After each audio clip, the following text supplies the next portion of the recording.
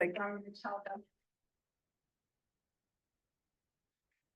Everyone, welcome to the Ann Arbor Area Transportation Authority Board of Directors meeting. It is Thursday. We're here in beautiful Ypsilanti. It is the 24th, and we have a beautiful forum with us tonight. How lovely. First thing on our agenda is to approve the agenda. Are there any changes or additions or discussion on the agenda before we move it into? Seeing none, would somebody like to move it into the record? That would be Rich, seconded by Jesse, and all those in favor, just raise your hands, and that passed unanimously. Thank you, everyone. Next on our agenda is public comment. Deb, is there anyone in the gallery? I can't see behind me. Or do we have anybody online? There is no one behind you, and there is one person online, and it is Forrest Gregg, and you are unmuted.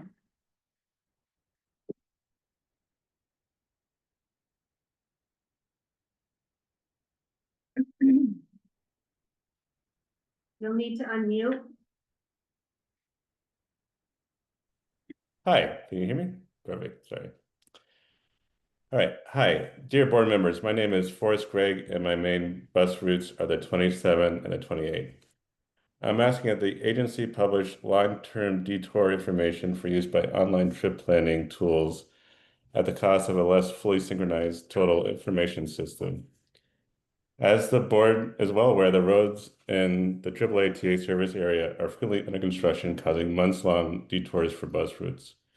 While a bus line is under detour, online tools are often worse than useless for planning riders' trips.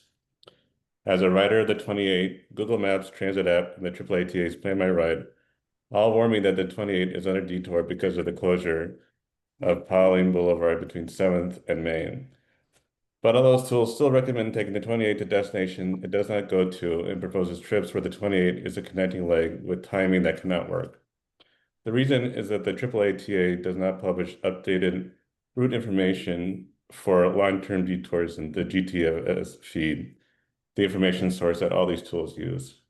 In part, as I understand it, this is a technology problem. I believe that the current passenger information systems do not support trip modifications, which would allow the AAA TA to more easily communicate detours in the GTFS to routing tools. I have every hope that this will be addressed in the planned replacement of the passenger information system. However, I believe this is also a process problem. Even when a transit provider can publish trip modifications for long-term detours, it is a best practice to update the static GTFS feed with the schedule information for the detour. The agency can start doing this now with its current technology. Come here, sweetheart. Thanks to the good services of Jeff Pfeiffer, your manager of public affairs and community engagement. As I understand it, updating the schedule information for a route is a many-step and careful process. After your staff complete the initial work of creating a schedule, it can take months to create a database that is ready to upload into clever devices, the systems that controls your internal and external information systems on the buses and signage. I would ask you to consider reviewing your processes and evaluating the trade-offs of not attempting to push all schedule updates into clever devices if it lets the agency publish information about months-long planned detours for use by online trip planning tools. The information in the clever devices is already wrong during a detour, so not updating these systems does not make the information system worse. As the agency notes in its draft 2026 plan, the ridership is getting more sporadic. And from the 2024 rider survey, we know that 65% of riders get route information from a smartphone app. So an increasing percentage of riders depend upon accurate online trip planning tools to navigate the system. These riders do not use the system every day at the same time to take the same route, and they need accurate tools in order to use the system effectively. Thank you for your time and service. Deb, is there anyone else? No, there's no one else online. Okay, thank you. Now we'll close out public comment and then move on to general announcements. I have a few. The first one is exciting news. We're welcoming Pravina Ramaswamy. She's our grade 2 appointee. Welcome to our little family. And would you like to say anything or give us any history? Sure. Thank you so much for this opportunity. I'm very excited. Pravina, I have a background in community engagement, mobility and advocacy, and transportation. kind of all over the place, but, so this is a really good place for me to be. I've served on many commissions and nonprofit boards and run a few nonprofits, as worked in, as well as worked in corporate worlds of mobility and transportation, including Toyota and May Mobility and JB Poindexter, thinking about how people move and different kinds of transportation that's out there.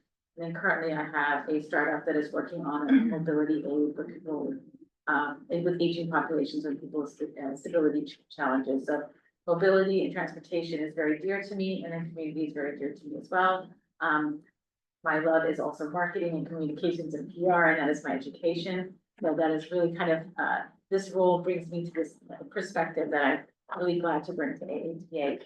I grew up on the bus system as a kid. I'm a child of immigrants who relied on a bus system when they first came to this country, or actually they're from Canada, so came to Canada.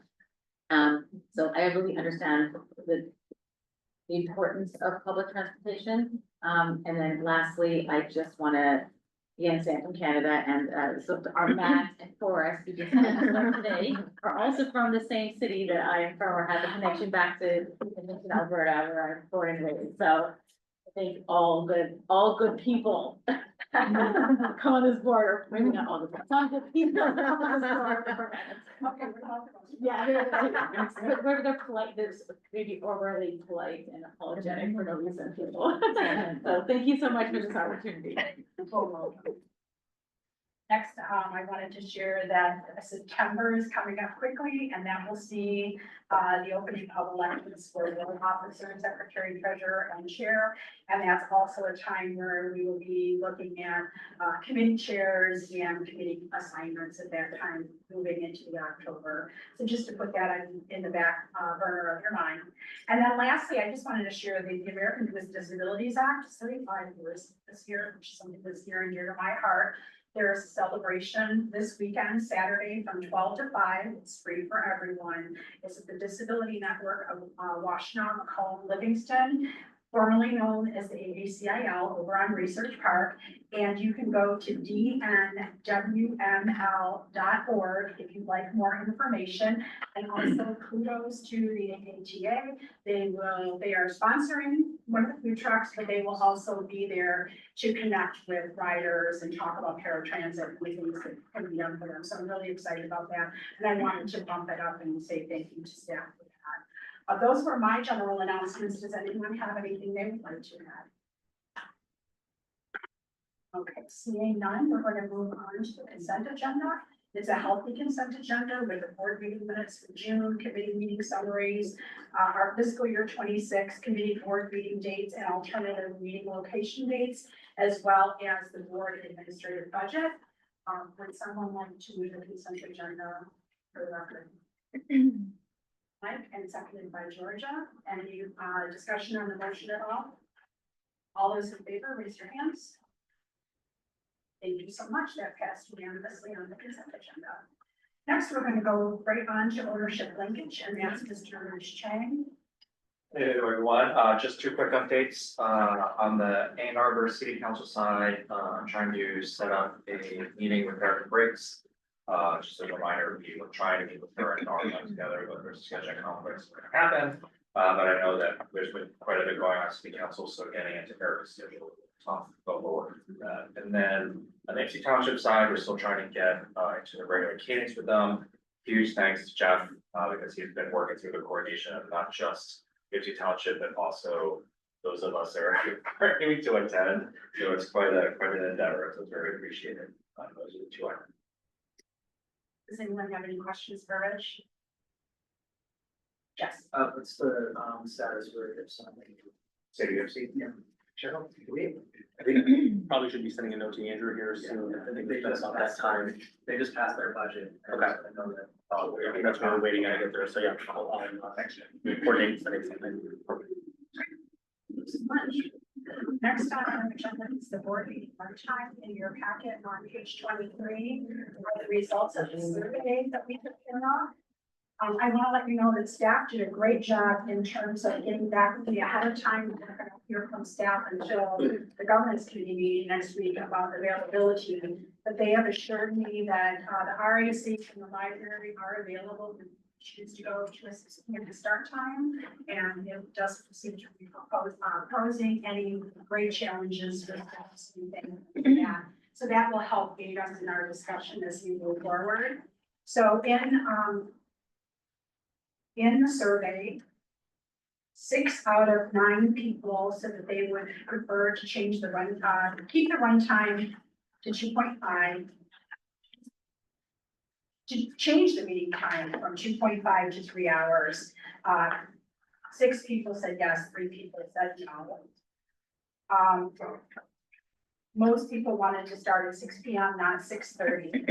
And I'm wondering, I'd like to entertain some discussion on that this evening and find out, because the survey is not a vote, right? The survey is not a consensus. It's just sort of taking the temperature of where everyone was at the time. So I'm interested in hearing what board members have to say. If someone would like to make, I think what we might do is just go through each item and just take a quick vote on each item rather than waiting to the end.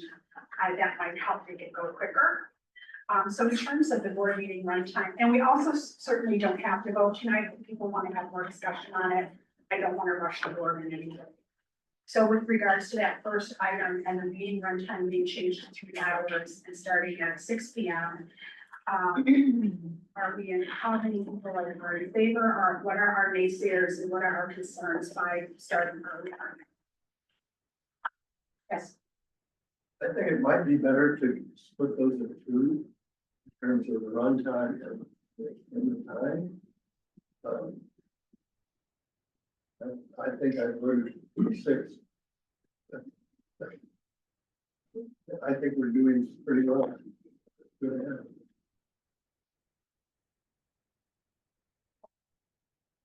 So if I'm hearing Mike correctly, then, and if other people are in agreement, we've been doing a really good job of keeping it.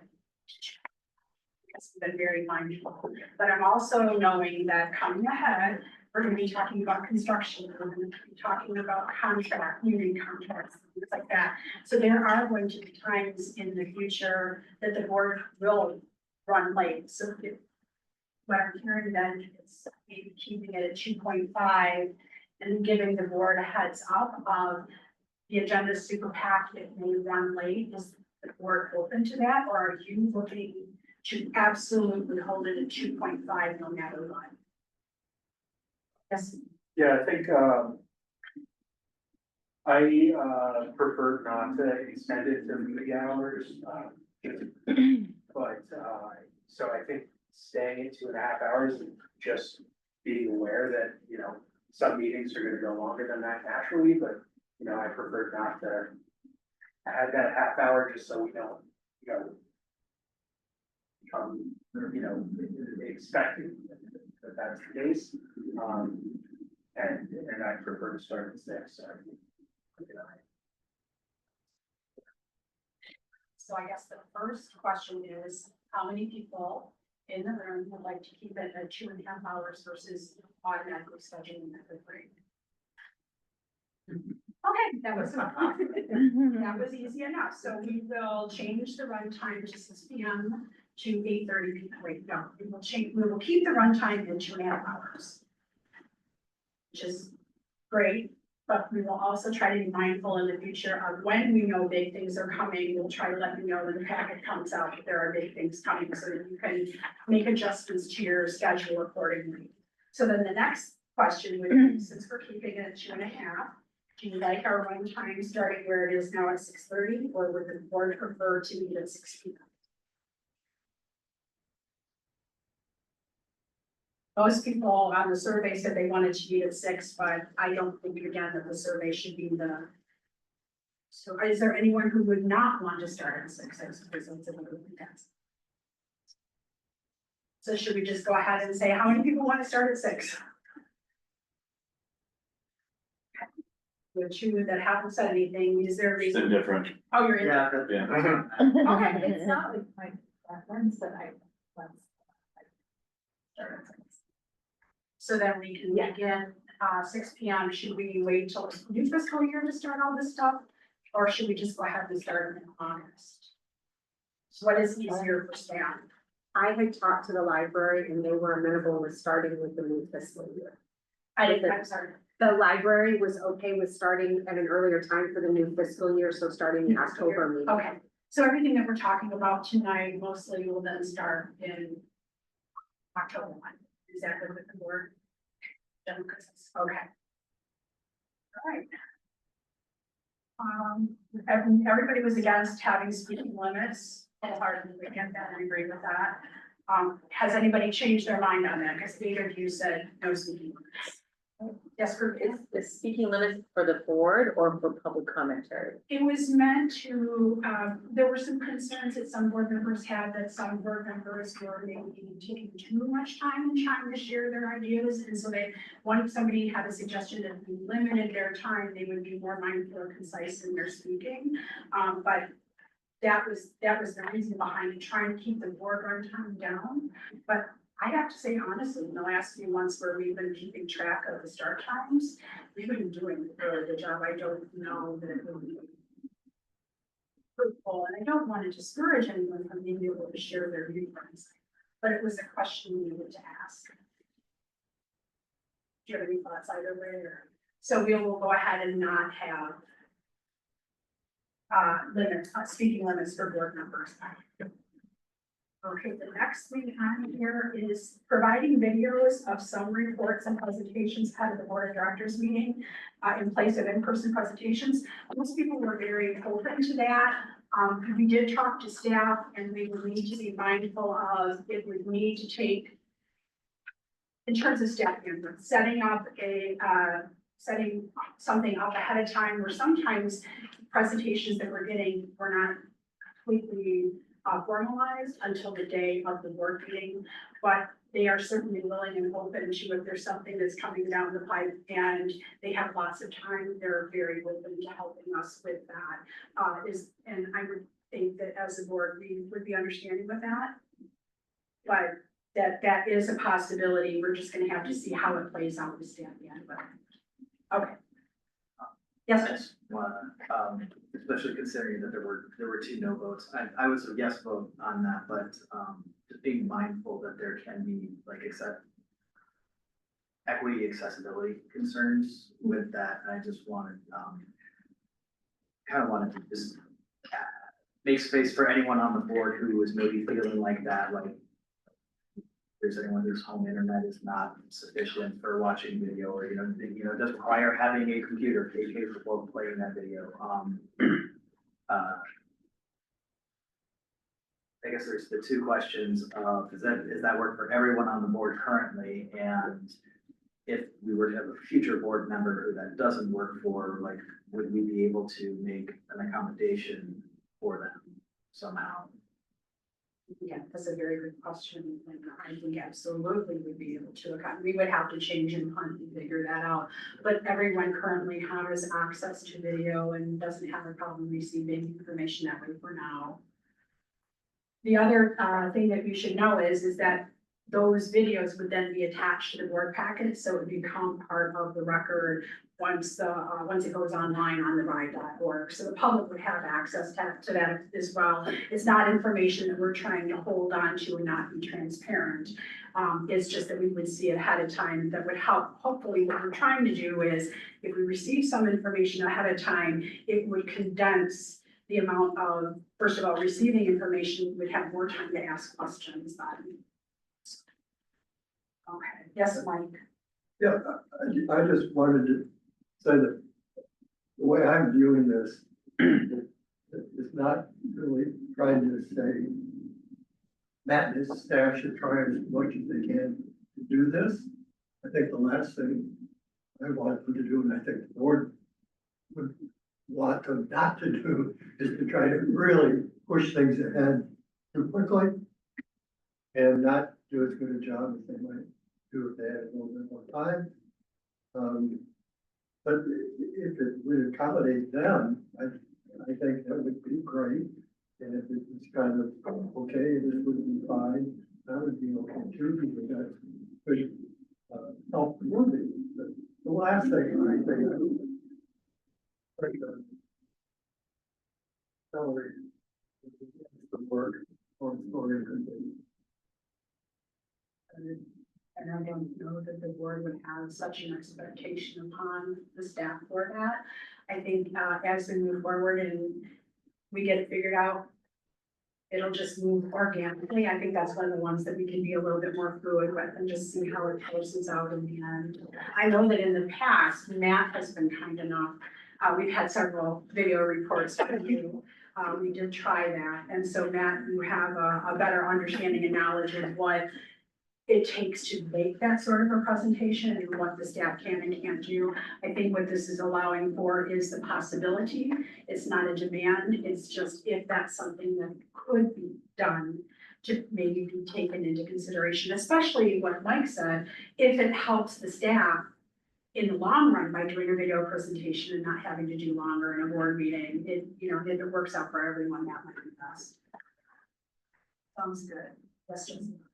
I might suggest that, when choosing that, certain reports where the presentation often takes longer than the discussion, that would be, I think, maybe like the quarterly operational reports that we get, where there's either we discuss whether or not we even discuss whether or not as a board we should be receiving the service report or the monthly financials. And we have, of course, decided that it is important to us, and I agree.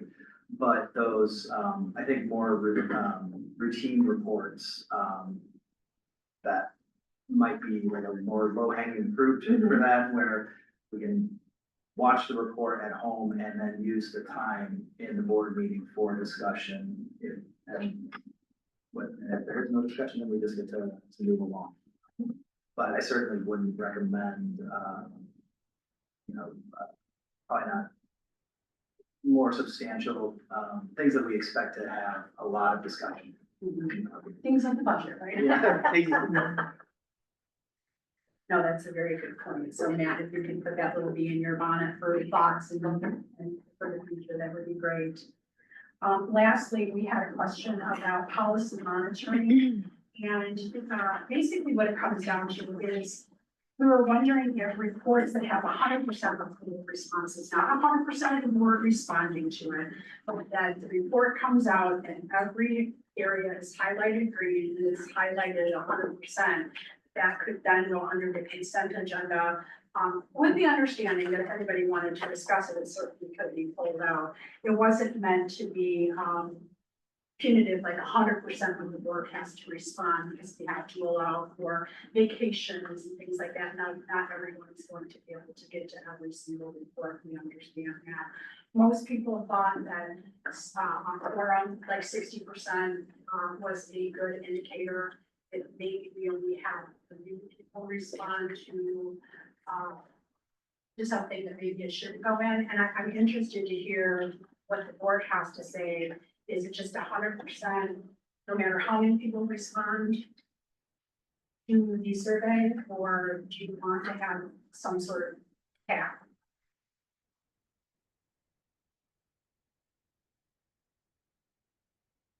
Yes.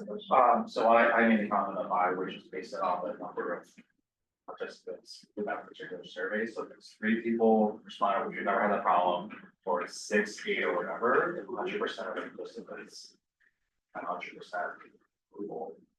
So, because in my view, my interpretation is that the other folks either weren't able to take the report. Well, they weren't able to take various reasons. And maybe, I guess, if they have an issue, they could probably bring it up in the meeting, but my assumption is like, if we didn't do the survey, probably didn't read their monitor report, we're probably not gonna have questions, concerns. Valid concern. So is everybody in agreement that if we have a report, and I'm not talking about like the biggest reports like ends, even if that comes in at 100%, I still think that those should be discussed.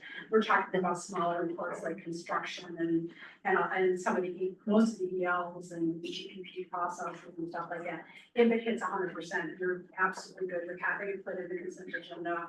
And then with the understanding that if anybody wants to talk about it, it can still be pulled out. It's not put in one wrong just because it's there.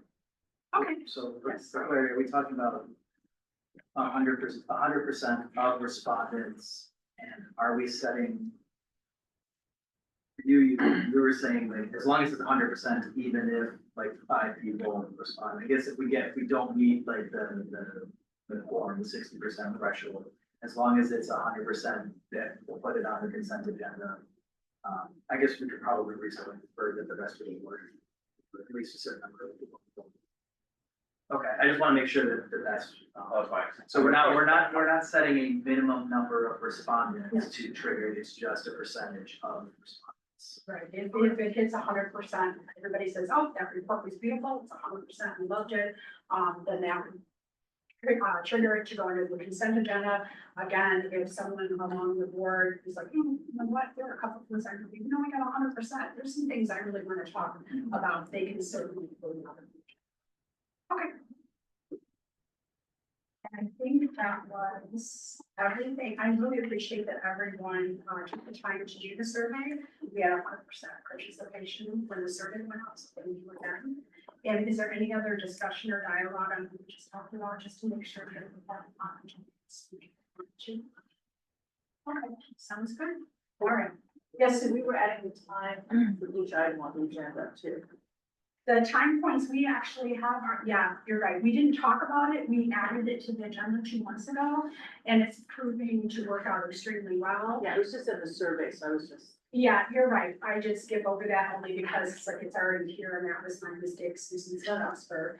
But are we all good with having the time points in there? Do you think? Yeah, I think it's absolutely helped us keep on track. Yep. And then, did I miss anything else? All right, sounds good. All right. Yeah, we did some good work there, and now we're going to move on to the Sue Red one, our governance consultant, who is going to talk to us about a topic that's near and dear to us, determining reasonableness. Welcome to policy governance, Virginia. It's gonna blow your mind. Good evening, everybody. Good evening. Thanks for having me tonight. So we're going to talk about what is any reasonable interpretation with the underscore under any. So I want to, in order to get to this, I think there's a little background that I'd like to fill in that will help you understand how we get to this concept in policy governance, okay? So, let's see. What is that? Oh, your computer. I have trouble with directional stuff. Try clicking on the presentation. There we go. Okay, so policy governance was founded on 4 philosophical foundations. Those 4 foundations, John Carver figured out that these are the 4 things that the entire model is built around. The first one is empowerment. And very specifically, as it relates to empowerment, the model is built around the idea that will allow both the board and the CEO to do what they know best. And to think about in the boards, what you as board know best is the external environment.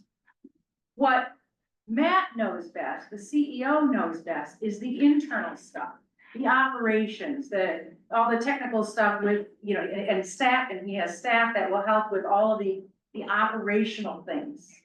It's not expected that the board would know about all that stuff. Your job as a board is to be outfacing and connecting with the external community and bringing the values of that external community into the organization that then you translate into policy, and ultimately there's operational choices that are made then to fulfill on that.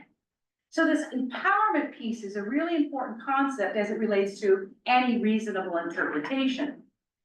Recognizing that the empowerment is to your CEO. You delegate from the ownership, the community to you as the trustees, and you as trustees then have through policy delegated all operational choices to Matt within the parameters of your policies, okay? The second piece is servant leadership. And in the servant leadership, you as board you serve the collective ownership, the collective community. And as a trustee, and you never lose sight of the big picture. Now, that particular philosophical foundation is really important when it comes to any reasonable interpretation. Your job as board is to represent the collective. The collective. What is it that you're, in terms of, how the organization operates, what is it that your actual community cares about? Sometimes we jump into such detail and you lose the community. If the community we're all watching, it's like, why are they doing that? We don't care about that. We care about the big picture. That's what the community really does care about. And your job as board is to represent the wholeness, the whole collective community. Not segments of the community that are activists, not segments of the community that, that have, are louder voices, but the whole of the community is your job. So when you're looking at any reasonable interpretation, you are doing that on behalf of this collective of the community. So you want to think about that, at what level would the community be satisfied with the results that are being shown? The third thing is the clarity of the group's values. And so in this philosophical foundation, the board, you are a collective.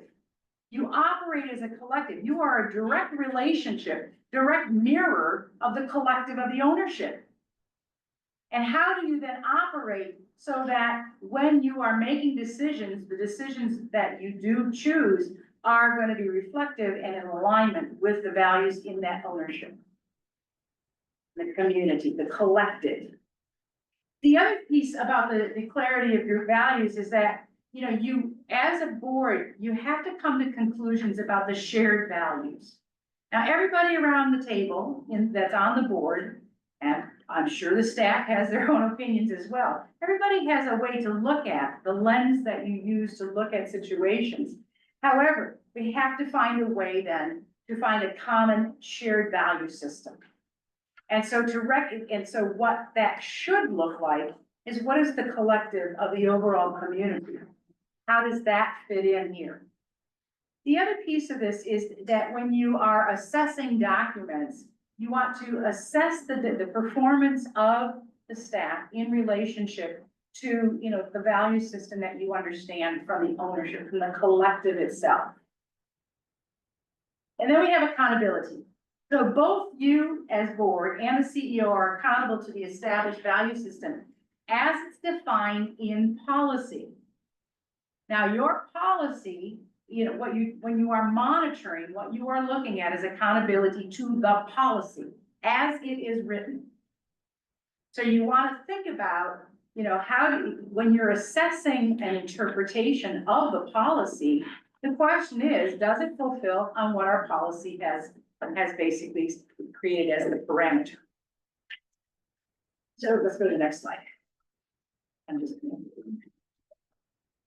So the question is, what actually goes into an interpretation? And why is that any reasonable interpretation? So when you're looking at this, what is an interpretation? You want to think about the recognition that you're going to focus on the empowerment piece of those philosophical foundations. You have empowered Matt to make management decisions that will fulfill on the policy. And so when you are, thinking about that empowerment, it is really looking at how you delegate. The empowerment that you've given to Matt through your policies, it's a delegation. And when you delegate, it implies further empowerment. Everything gets interpreted. That is a reality of our world. Everything is nonlinear, and there are many, many ways to interpret and to get to a point of, some result that you're looking for. And so when you're considering what is any reasonable interpretation, you want to be looking at the result, not the means to get there. Is the result fulfilling the policy is the result fulfilling the projection of the interpretation?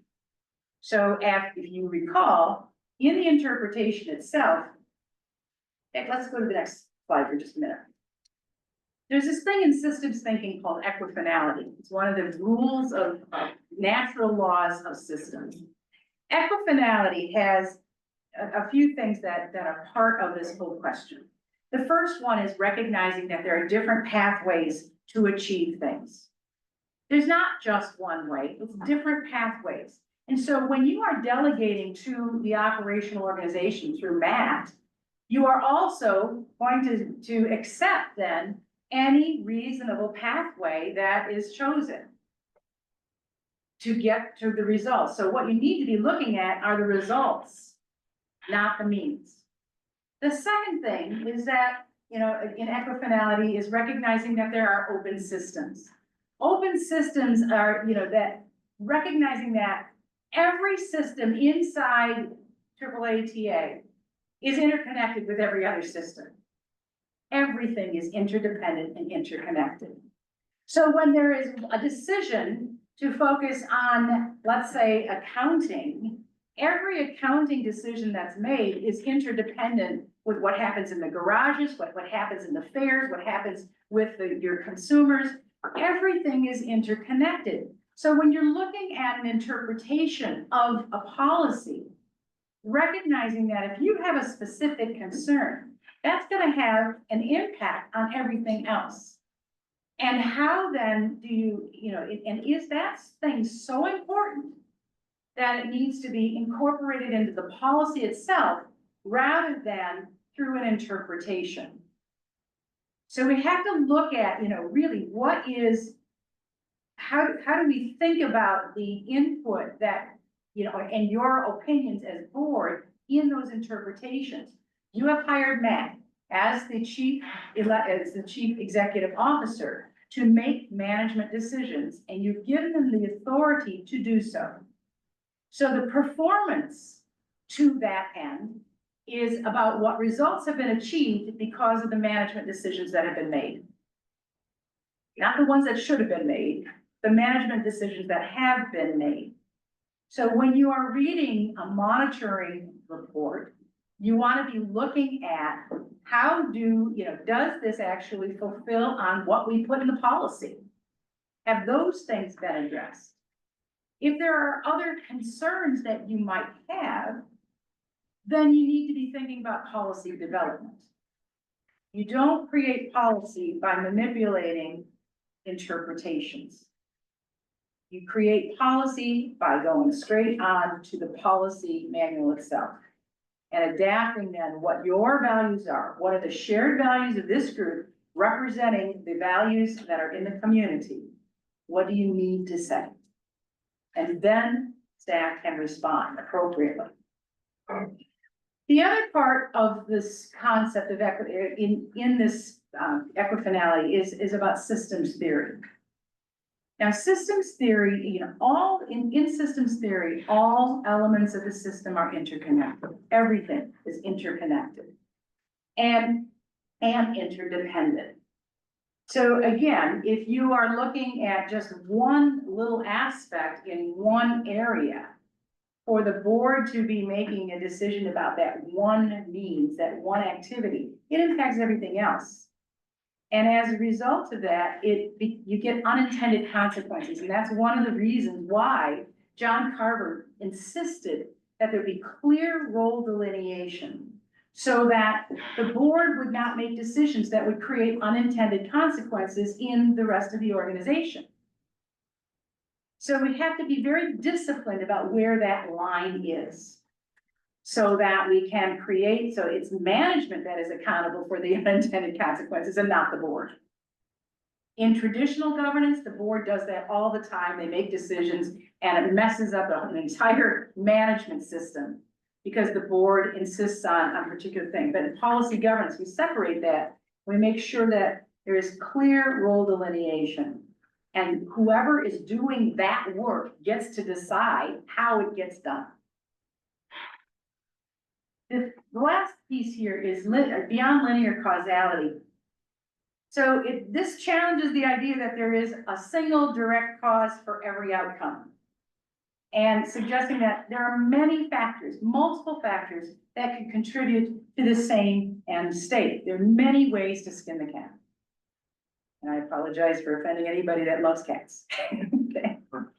But to recognize that, you know, when you are looking at big system management, those little tiny details that you may hold as in your own personal space, if it is important enough, it needs to be put into policy rather than to try and, you know, and get it into the interpretation. Because you've delegated the creation of the interpretation solely to your chief executive officer. So we have to find that discipline, and we have to find and recognize that when you are looking at those monitoring reports, then how do we make sure that we are representing and speaking on behalf of the whole of the community, aligning with the values that you have determined are in the community, rather than, you know, a thread of concern that we didn't do some particular means. Your job is to look at the results. All of the monitoring reports are about results. Let's go to the next slide. So the elements of an interpretation include a few things. First of all, an operational definition. How have we integrated this policy into the way we operate inside the organization? And so when you take a policy and integrate it into the way we do our work, it, you know, just think about, you know, if you just change one little thing, a keystroke in how you enter data, how does that mess up things? You know, we really have to look at this. All of your policies have been integrated into the management of a HPA. So in that operational definition, it's not an additional part, it's part of the operational definition, but it also requires that there is some measure or standard of performance that we are going to use as success. If we meet this standard, if we meet this metric, then we will declare success. Matt decides that, or his staff decides what that metric is, and your job is to decide then, is that a reasonable metric? Is that reasonable? It might be too aggressive, might be too lazy. Is it reasonable? The second piece of this is, you know, to identify the level of achievement necessary. So we have the standard, we have it like a data track, a standard track of like a key performance indicator. And what is it then that we should see as that measure of success? And then the rationale. When Matt provides rationale in those monitoring reports, it is intended to share with you his thinking about why you should see this as meeting the test of any reasonable interpretation. So as a result of that, you know, you want to look at the rationale and ask yourself, does this make sense? Does this have a logic to it? Does this have actually, you know, do I understand the logic behind this choice that was made? And if there is a logic to it, then there is very little reason then to think about that this does not meet the test of any reasonable interpretation. Because it's about logic, it's about empowerment, recognizing that there's many pathways to get to the results. And the results are found in, you know, the level of achievement that is identified in that, in the interpretation. So you want to be looking at that level, and have we actually, you know, hit that level of performance? Next slide. So the basis for reasonableness is about the results, not the means. Not the means. And so you want to think about, as you're reading a monitoring report, does this interpretation actually demonstrate competent decision-making? Competent, you hired Matt because of his competence in management. I hope that's one of the reasons anyway. And so when you're reading a monitoring report, you know, it should give you that, you know, that confidence that we got a competent manager in place here. The second thing is, you want to use, I'm gonna call it a generalist perspective, a generalist lens. Where, and not an activist lens. If you want it, the generalist lens is about how do you represent that collective ownership in the community? What is it that the ownership, your community residents really care about as it relates to this thing? And it's gonna be about the results of the system, not individual choices of needs. So we have to look at that.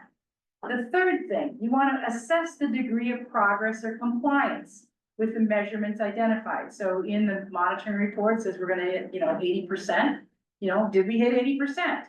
If we didn't, then you got something to talk about. Then it's not really a reasonable interpretation because we didn't actually meet the metric. There's a problem there. So either the metric is wrong or maybe the performance is wrong. The data does not demonstrate compliance with the metric that was chosen. If the metric chosen is reasonable, then the data has to support that. And if it doesn't, you have two choices to make anytime you're looking at a monitoring report. The first one, is this a reasonable, does this demonstrate, any reasonable interpretation? And the second question is, does the data show compliance or achievement with the metric that is inside that definition, operational definition? So you have two things to answer. If the interpretation is not reasonable, you don't even look at the data because it's based on something that you have found unacceptable. If you find that the interpretation is reasonable, and then we look at the data, the data should align absolutely with what's in there. And if it doesn't, then you got something to speak to around finding non-compliance and expecting a rehab plan. When will we be in compliance? So we have to, that data piece, matching what is projected in the interpretation is a really important decision for you. Number 4 on this, you really do, as you're reading the monitoring reports, you really have to assume good faith. Assume good faith. In decision-making, you got a competent manager, but also you want to be cognizant of any confusing language or attempts to obfuscate, what really is happening or a way to hide things. You gotta, when you're reading those reports, you gotta read them with intent. You cannot skim them. Because if you do skim them, you're gonna miss that part, that piece. I know many of you have heard my story about the board that was looking at the monitoring report for financial, the financial report. And 6 out of the 7 board members said, yeah, it looks good. And one board member, said, did you guys even read this thing? I read this report, and at this particular point in time, I couldn't tell if our CEO thought we were, $30,000 in debt or $330,000. It wasn't clear. Everybody went back to that line and said, you're right.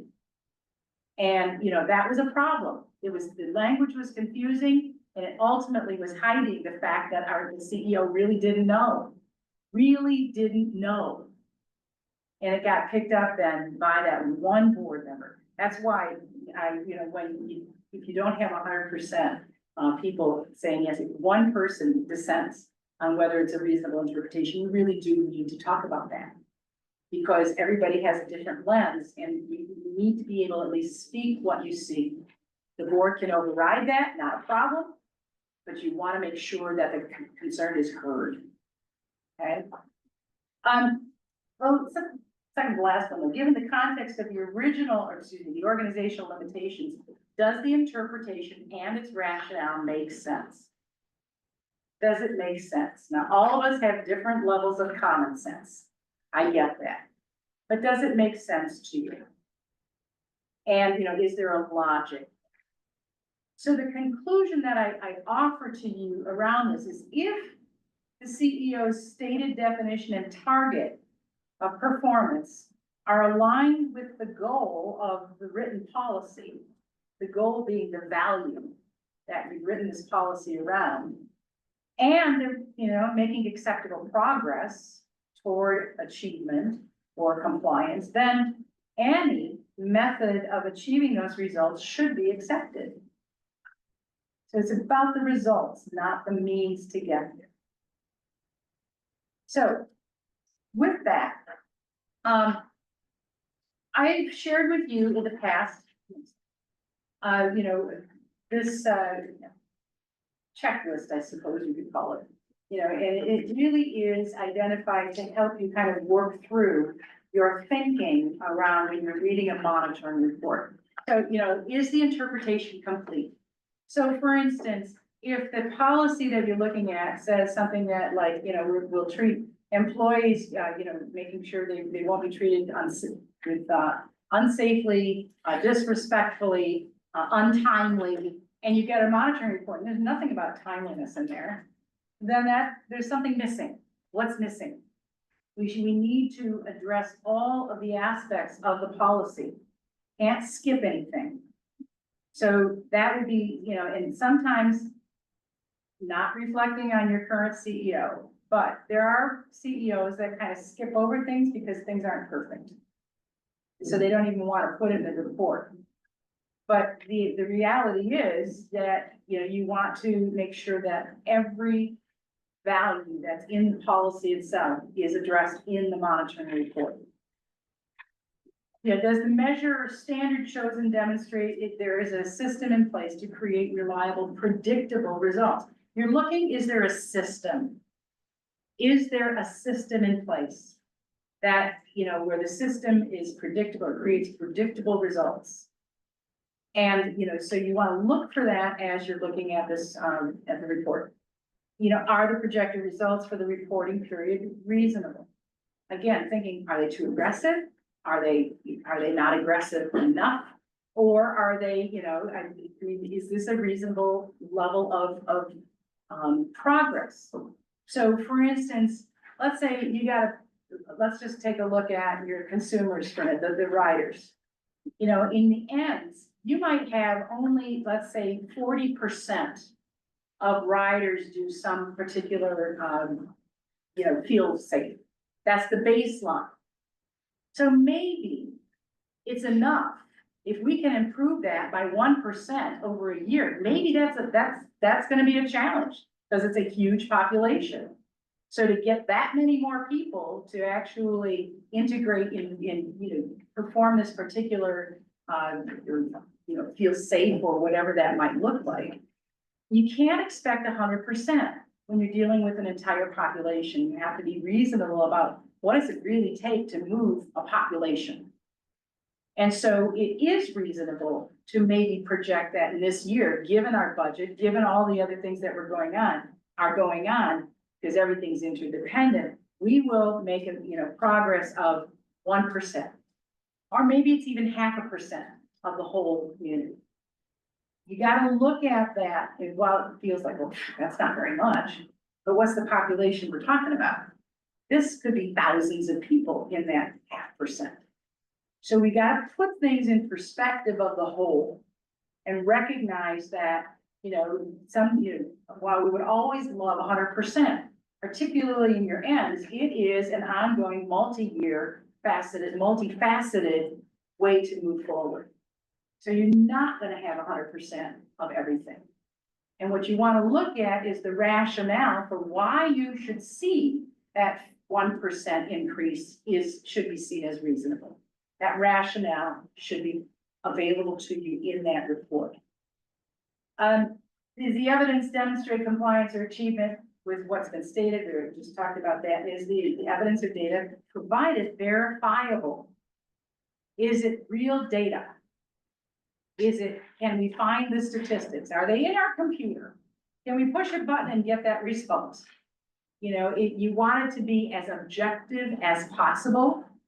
And by verifiable, I mean that if you went as board, had a task force do a direct inspection to see if the data evidence really was that you could do exactly the same procedure and get exactly the same result. That's what I mean by verifiable. So you know, and I know I've spoken to many of you that what is not okay is the reason, you know, the rationale is, well, you should see this as reasonable because I'm a reasonable man and everything I do is reasonable. That is not acceptable. You need to have real data to support what is being projected and the performance. The other pieces of this report, I did share in these, the last 3 slides, some background information on systems thinking, because systems thinking is so critical to really understand policy governance. It's all based in a systems approach. So I did provide for you the natural laws of systems. There are 12 of them. It was not my intent to go through those tonight, but I wanted to provide that to you, just expecting that somebody's gonna say, well, what does that mean? And so to give you a little background in systems thinking, the first 6 of those natural laws are about working, the what on the organization, and the second 6 are about what happens inside the organization. So the first 6 would be definitely related to your ends, and the last 6 related to everything else that happens inside the organization. So that is my presentation. What questions do you have? Because I know this has been a gnawing question for you for months. So let's clear the air, get it all out, and talk about it. This is the time, folks, who would like to go first? Or was she so brilliant that we have no questions? It was an excellent presentation, by the way. Thank you for that thoughtfulness. Yeah. So, yes, thank you. I agree. It's very helpful. It keeps building on my knowledge. My questions around reasonableness have not been in much of these areas. It's been in the content, like I need more information. Why? The evidence that I see, I need to understand maybe there's more. So a small example, just as coming to mind. We were talking about sustainability, including our sustainability policy. At its first presentation, staff presented on the buses are using, it's a much more efficient use of fuel. It's hybrid system. I'm not doing this badly. But I was asking about the organization. I wanted to know what the organization was doing to adopt and utilize sustainable practices. So it was more like in an understanding way. I don't understand it. It's just how the buses are running. It doesn't tell me enough about the system, the whole organization. So it's a question of what content staff have to give us. I totally get that. But sometimes it's just, I don't know that I get enough so that I can get a full picture. So what I would suggest, Susan, is that there is an opportunity for board education, much like I'm doing tonight for you. And let's just say there is a shared concern, or not a concern, but a shared curiosity maybe about the organizational culture as it relates to sustainability. The policy itself does not ask for that. So it doesn't make sense that it would be in that report, because those reports are pretty targeted to exactly what the policy language is. But if there is a concern that you need to know about the overall culture, you could ask for that as board education to get that bigger picture sense. That, it is, there's no question about it, that the monitoring reports are fragmented from the whole. And that's also one of the reasons why you want to do an annual performance review, because you're looking at all of the monitoring in one, you can see the whole system when you do that. But when there is something that you really do want to understand the bigger picture, much like the systems laws, I know this board really likes to understand that larger thing and not just the targeted one little thing. And so to get, if the rest of the board agrees that this is something that you would like to learn about, you could propose it as board education and get that information using that direction, rather than insisting that it be added into a policy monitoring report. Because the organizational culture is not part of that sustainability of the policy at all. So, and again, maybe I'm not framing it well, but anything that staff give us is sufficient, is how I've been, because often the way my mind works, I really need to go in a little bit more. I bring to this role a lot of knowledge. So I often find myself maybe the only one asking the question, which is fine, that happens. But what I've come to understand around reasonableness, if staff give us anything, we should take that as enough. There's a place where what is enough, and so if there's one thing that's given, then that should be enough. You don't need more, don't ask for more.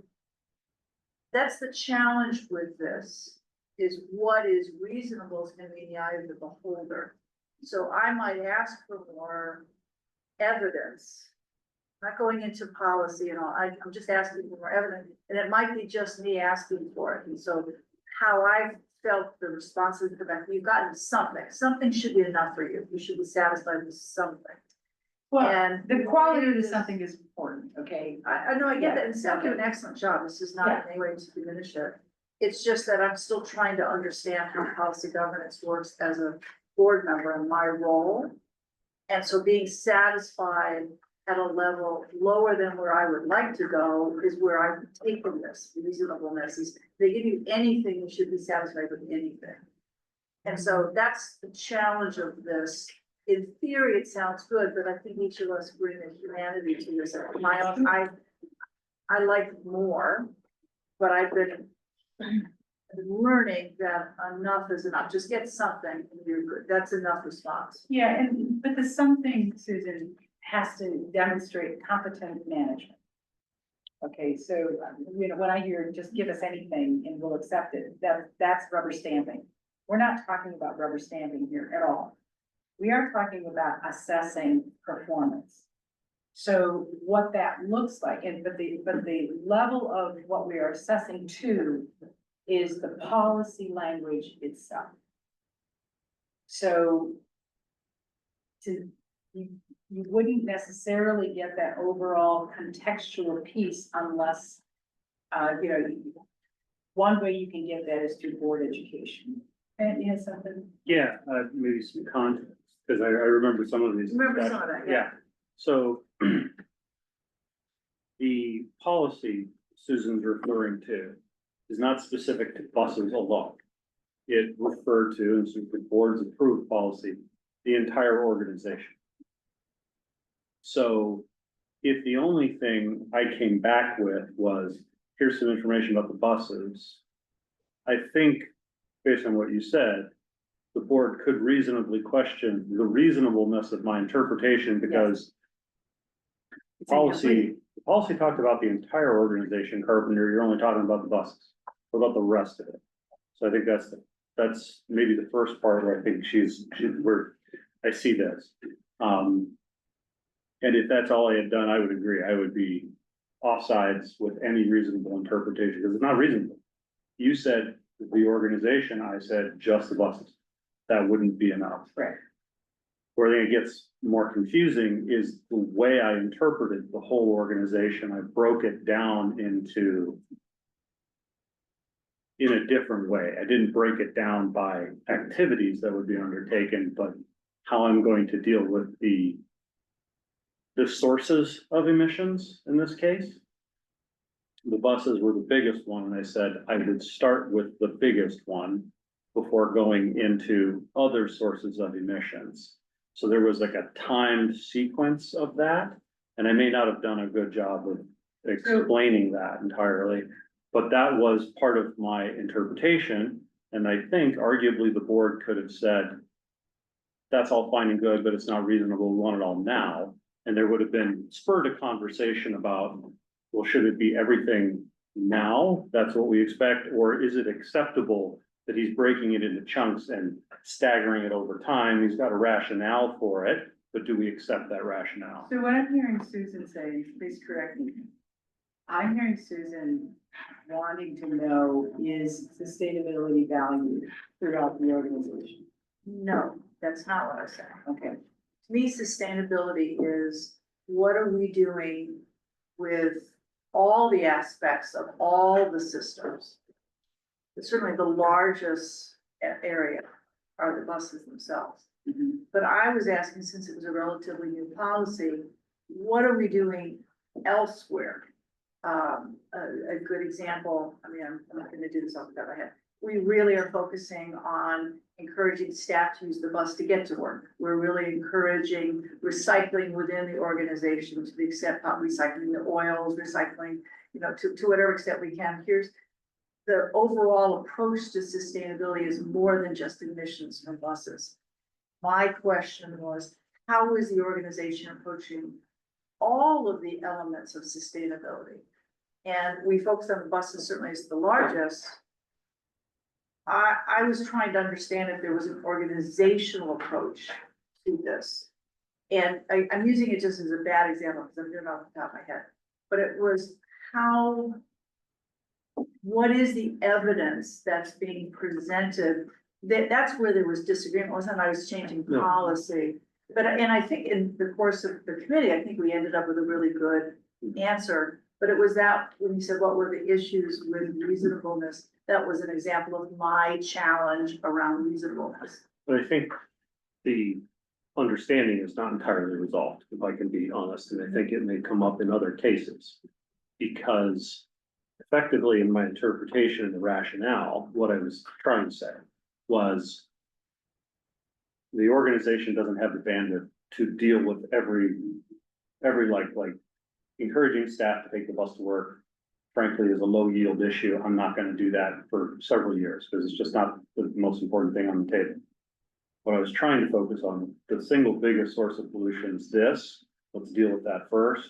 The next biggest is this, and then the third biggest, we'll get to that level of detail, but you know, the office recycling program for paper in the copy room is not the biggest fish to fry. That was part of my operational definition, part of my interpretation and my rationale. But it doesn't satisfy some of the more immediate questions about, yeah, but what else are you doing?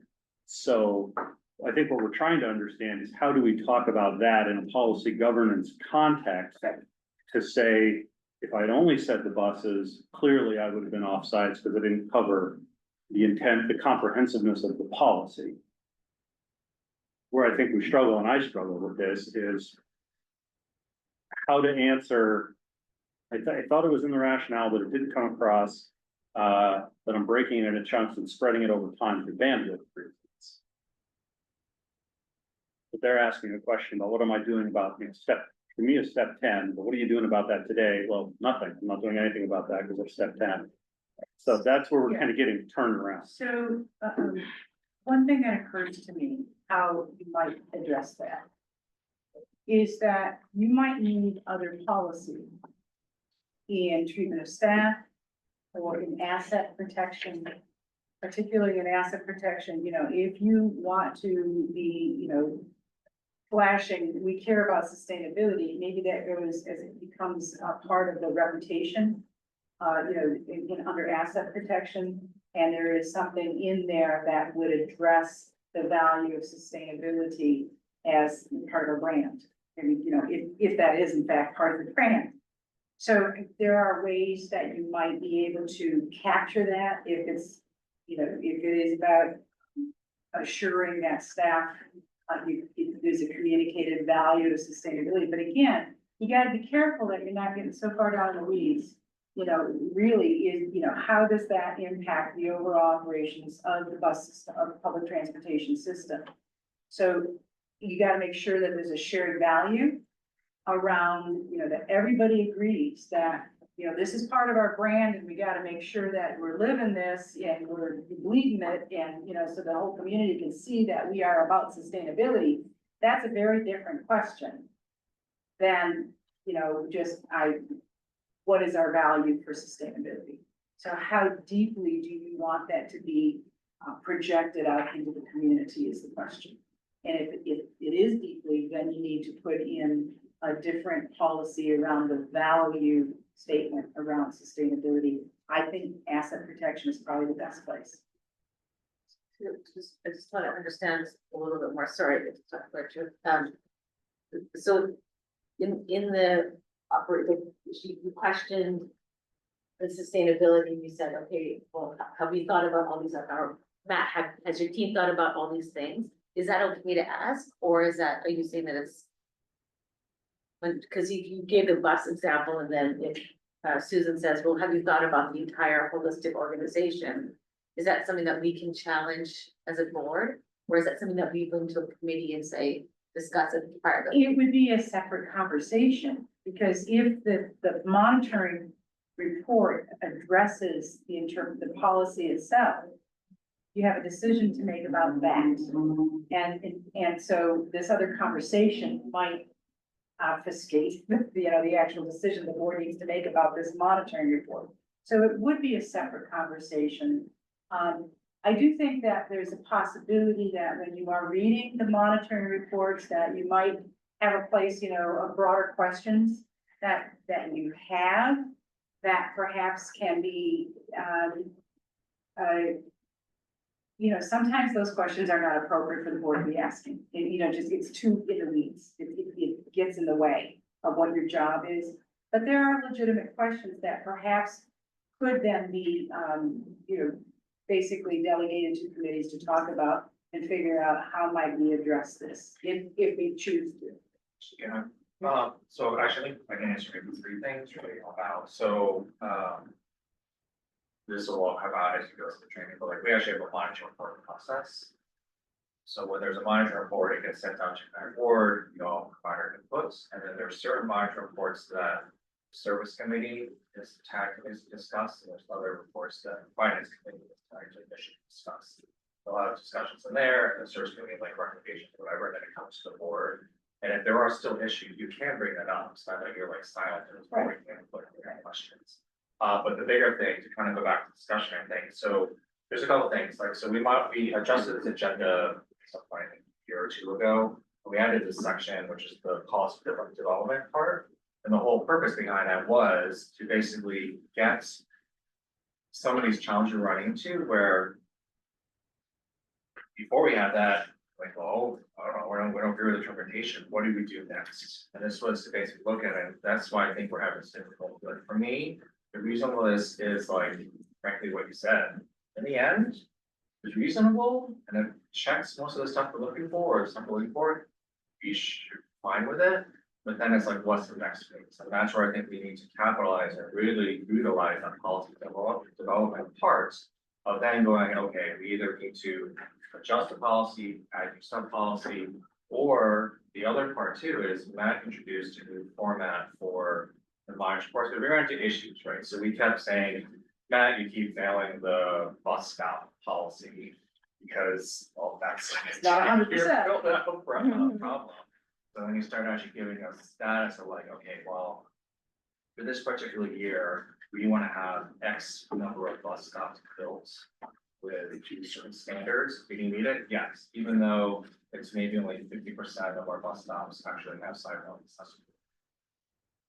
So I think that's where that part where you're asking about, well, from a sustainability policy, there's a whole bunch of stuff the emphasis, and maybe that's just a request, because as Susan has always mentioned to me, Joe has always bring this up, she's like, you have the right to ask the CL anything that it wants. And if it comes up and we say, well, in this particular monitoring report, you focus too much on buses, but we need to see a table of the next monitoring report that breaks down the status of here's things with buses with emissions, here's stuff around the buildings, recycling or whatever. It doesn't necessarily have to be that they're like even 1% completed, we just need to know a timeline as to investing a phase into something that we can consider and actually judge this. So that's my interpretation of how we actually do this. And if I, go ahead. There's a. I think in terms of like whether or not an interpretation is complete, that can be really difficult when we have policies that say, so looking at the sustainability policy, it says that the CEO will not allow organizational practices or activities that are inconsistent with achieving environmental sustainability. Because hypothetically, we can't have a complete interpretation of that without reviewing all practices. Like, how are we won't know that there are no practices not in alignment with that policy unless we look at every single practice.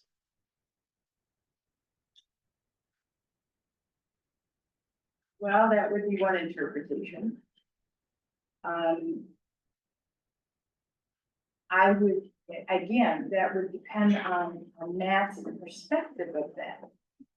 And like, does the board, is that what the board wants to be doing, first of all? You know, second, you know, I know. That's not a question. I know. So perhaps the language of that policy, though, is a little overreach. You know, and, you know, all organizational practices, you know, the question is, you know, do we have any practices that are not focused or aligned with sustainability? And I think for Matt in his monitoring reports to bring forward anything that doesn't match that, that's what the intent would be, rather than looking at the whole slate, you know, oh, that one doesn't work. You know, I think you gotta look at, you know, the management's perspective of, you know, consistency around sustainability. And what is that consistency? And is there anything that's, you know, are we not recycling? Are we not, you know, those kinds of basic sustainable practices that, you know, recycle, reuse, reduce, you know, is there anything that doesn't, that could be, you know, the level of internal staff or operational values? It really is, you definitely do not want to go into all organization practices. But I don't actually recall, but I don't have the monitoring report, I'm just looking at the policy itself, but meaning, we've done this with the accessibility policies of saying, okay, our policy says that our services will be accessible. Mhm. But our accepted rationale or our accepted interpretation is that they will be ADA compliant, which means unfortunately that to be compliant with the ADA, a lot of our things are not accessible. But Matt has knowing that we are actually kind of legally prevented from achieving that goal because of the ADA, you know, we cannot upgrade a bus stop if there's not a sidewalk there. Like legally, we can't do that. Matt has covered that in that interpretation, but I'm wondering, you know, so it seems like in like policies like this, it does become important for the CEO to give a rationale for why certain things are not addressed. So like, why didn't he give us a step-by-step or a practice by practice justification? But then it is up to the board to decide if we did make the accessibility. But I'm wondering if that kind of might be getting Susan's word here, that thing of there has to, if he can't cover everything, he has to give a good reason why. Yeah, and I get just to follow it, I'll stop. More making sure we have the same understanding of what we mean by order. It was not solely with the buses and reducing cars. It was an overall, as I said, like, are we recycling the oil? You know, those is the overall approach. And it was just maybe we had a different interpretation, and so I was trying to understand any reasonable response to that. How far I should, kind of what Virginia was asking, how far can I go in asking for more information without getting too easy? I don't want to get easy, but I wasn't sure we were on the same page as far as what the report should have included. I think that might be more of less of a question for Matt, and as you're saying, more a question to the board, like, I'm feeling like this interpretation isn't sufficient.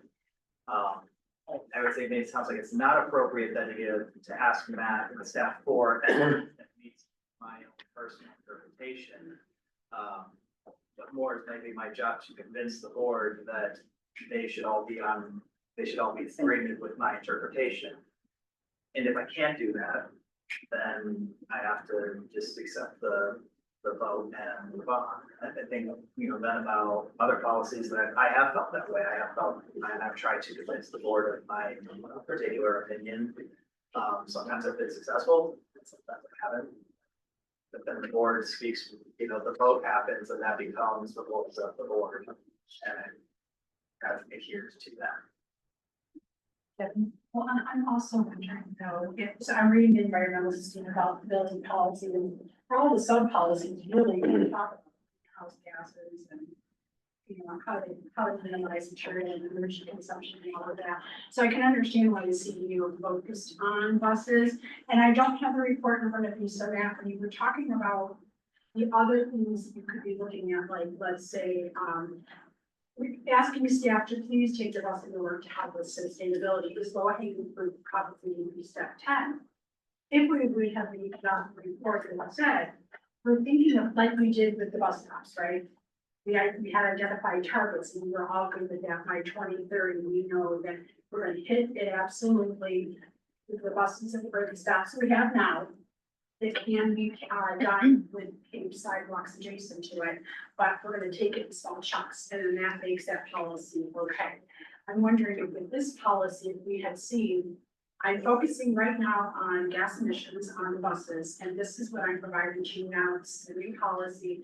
We're trying to get staff bandwidth up on board. These are the other things we're thinking about, but we are thinking about how do we dispose of oil? How do we maybe recycle within the office environment? Do we have windows or our lights? You know, are we using energy efficient lights and things like that? I'm thinking that maybe if we just saw that these are the things we were thinking about in the future, that would maybe answer the question of, it is online, but I also can't help but think of, in this particular case, I'm thinking about the staff bandwidth where we've got the YTC coming online and we've got the BTC coming through. And I can think of some, and I know this sustainability is absolutely important and concerning, so I don't want to negate it, but I also think if we had a clearer vision with CEO of this is what I can provide you now based on what we have going, but these are the things we are concerned about, and these are the targets we'll start looking at in the future. Would that maybe have been more? I agree exactly. Because again, I don't want to get easy, Right. but you know, I think it's a big thing and absolutely understanding bandwidth. This is where I could go right now. I can give you this information. There's a larger question, but we're just not able to get to that yet. That would have answered it well. And again, I'm using it badly, doing it off the top of my head. Was the any reasonableness that tripped me up? I didn't want to go too far. It's pressing for more, if that was past where I should have been. So I think the way you framed that absolutely satisfied me, yeah. So that would probably be something to think about in the future. Rich, before you, I wanted to say something about your past comment. So for Pravina and Georgia, you can ask the CEO anything. But the CEO also retains the right to say, I can't do that now, I can't, you know, because you don't want to pull your CEO off of pursuing the ends.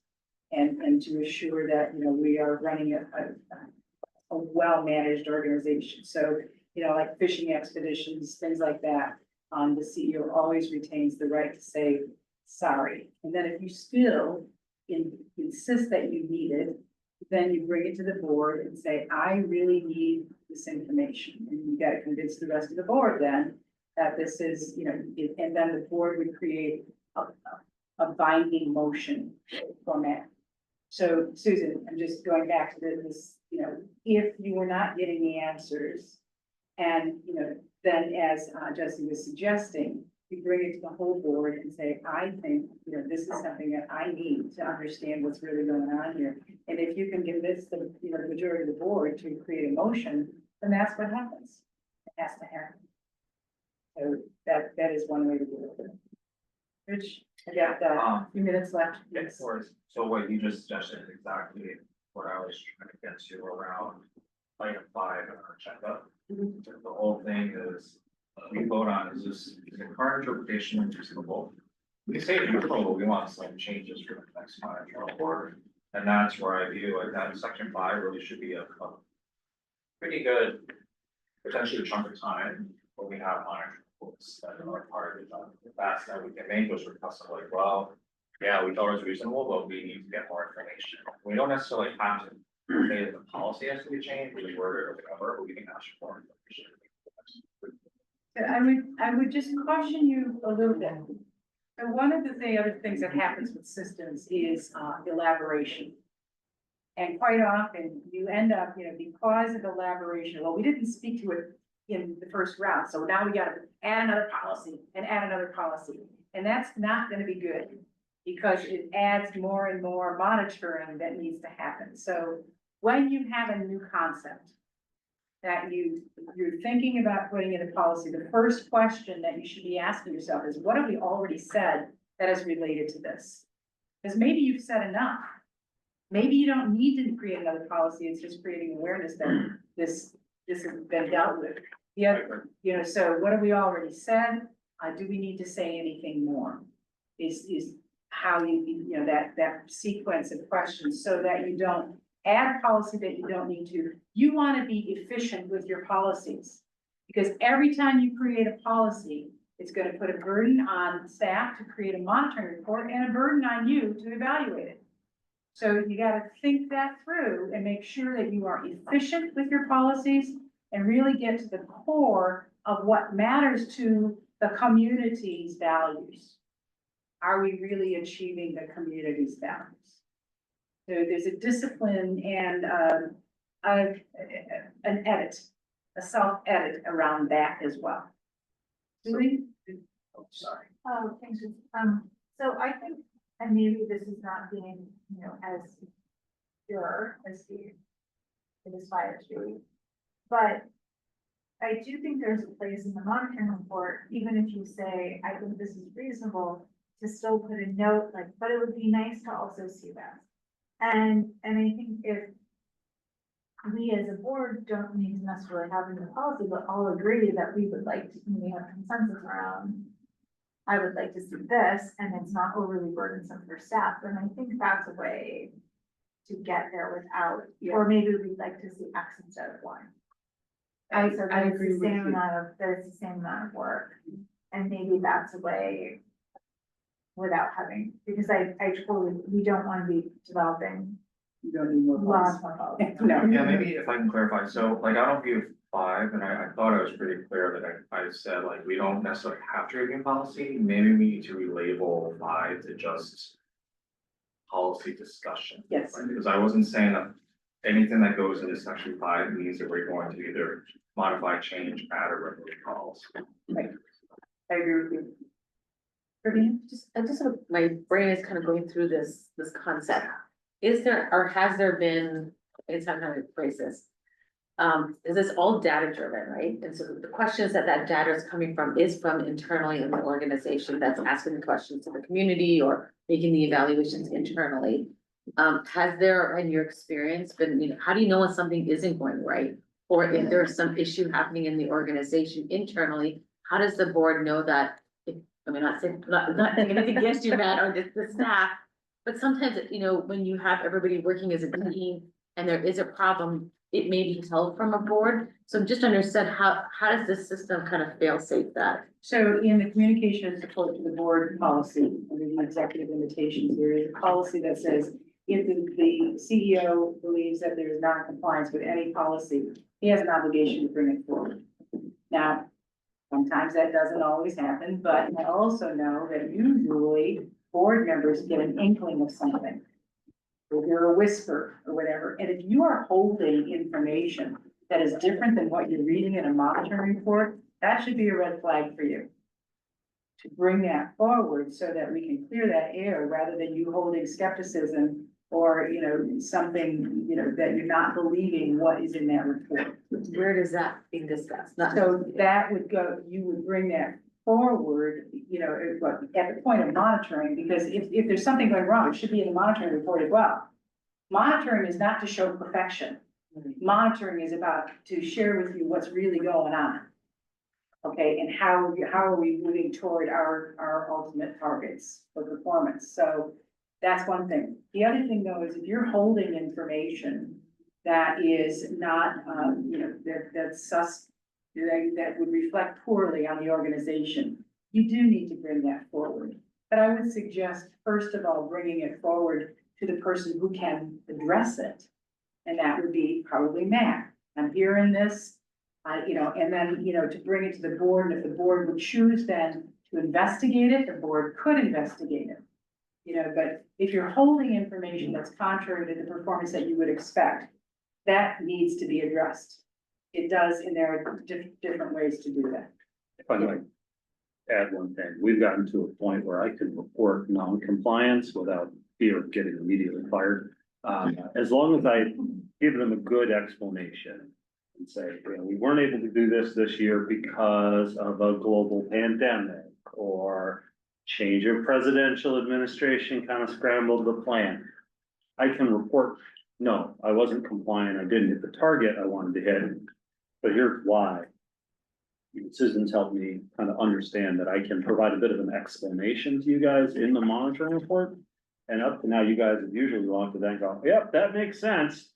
And please carry on, Mr. CEO. It's in the record as non-compliant, but nobody's wrist is slapped, we understand. If I reported non-compliance without a good explanation, again, red flag, that would probably be something you guys would want to hone in. Yeah, Mike, it's about 2 minutes after 8, so Mike's got a question. Okay, and I'm sorry to like that. Formal timeline, but I do have something to say. First of all, too, I think you really had a terrific presentation, laying out the rationale and the framework, reasonableness, and really clear way. And I think these questions you have right up there are very valuable for people to consider when they're reasonableness. But I have a concern that we've discussed before, and I know you know what I'm going to say. I am concerned that maybe somebody is going to think, oh, gee, he's a good job and all this. I really think he's missed a couple of things in the interpretation. And I wouldn't consider it complete. Now, that's an example, maybe, that's an easy example, that maybe a few others wouldn't be quite as clear. But let me say, I think the material that was in the board package and how this other guidelines got revised and revised and revised.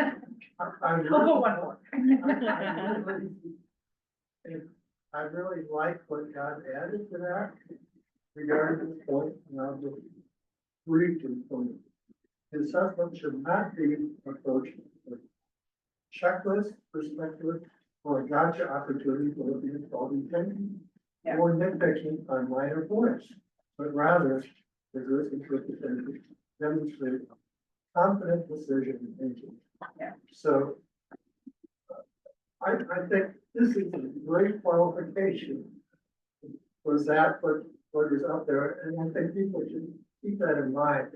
I mean, if there's something that's kind of minor and it's really a good, everything is good, but gee, I think it's incomplete, you missed something here. I think it should need to be covered.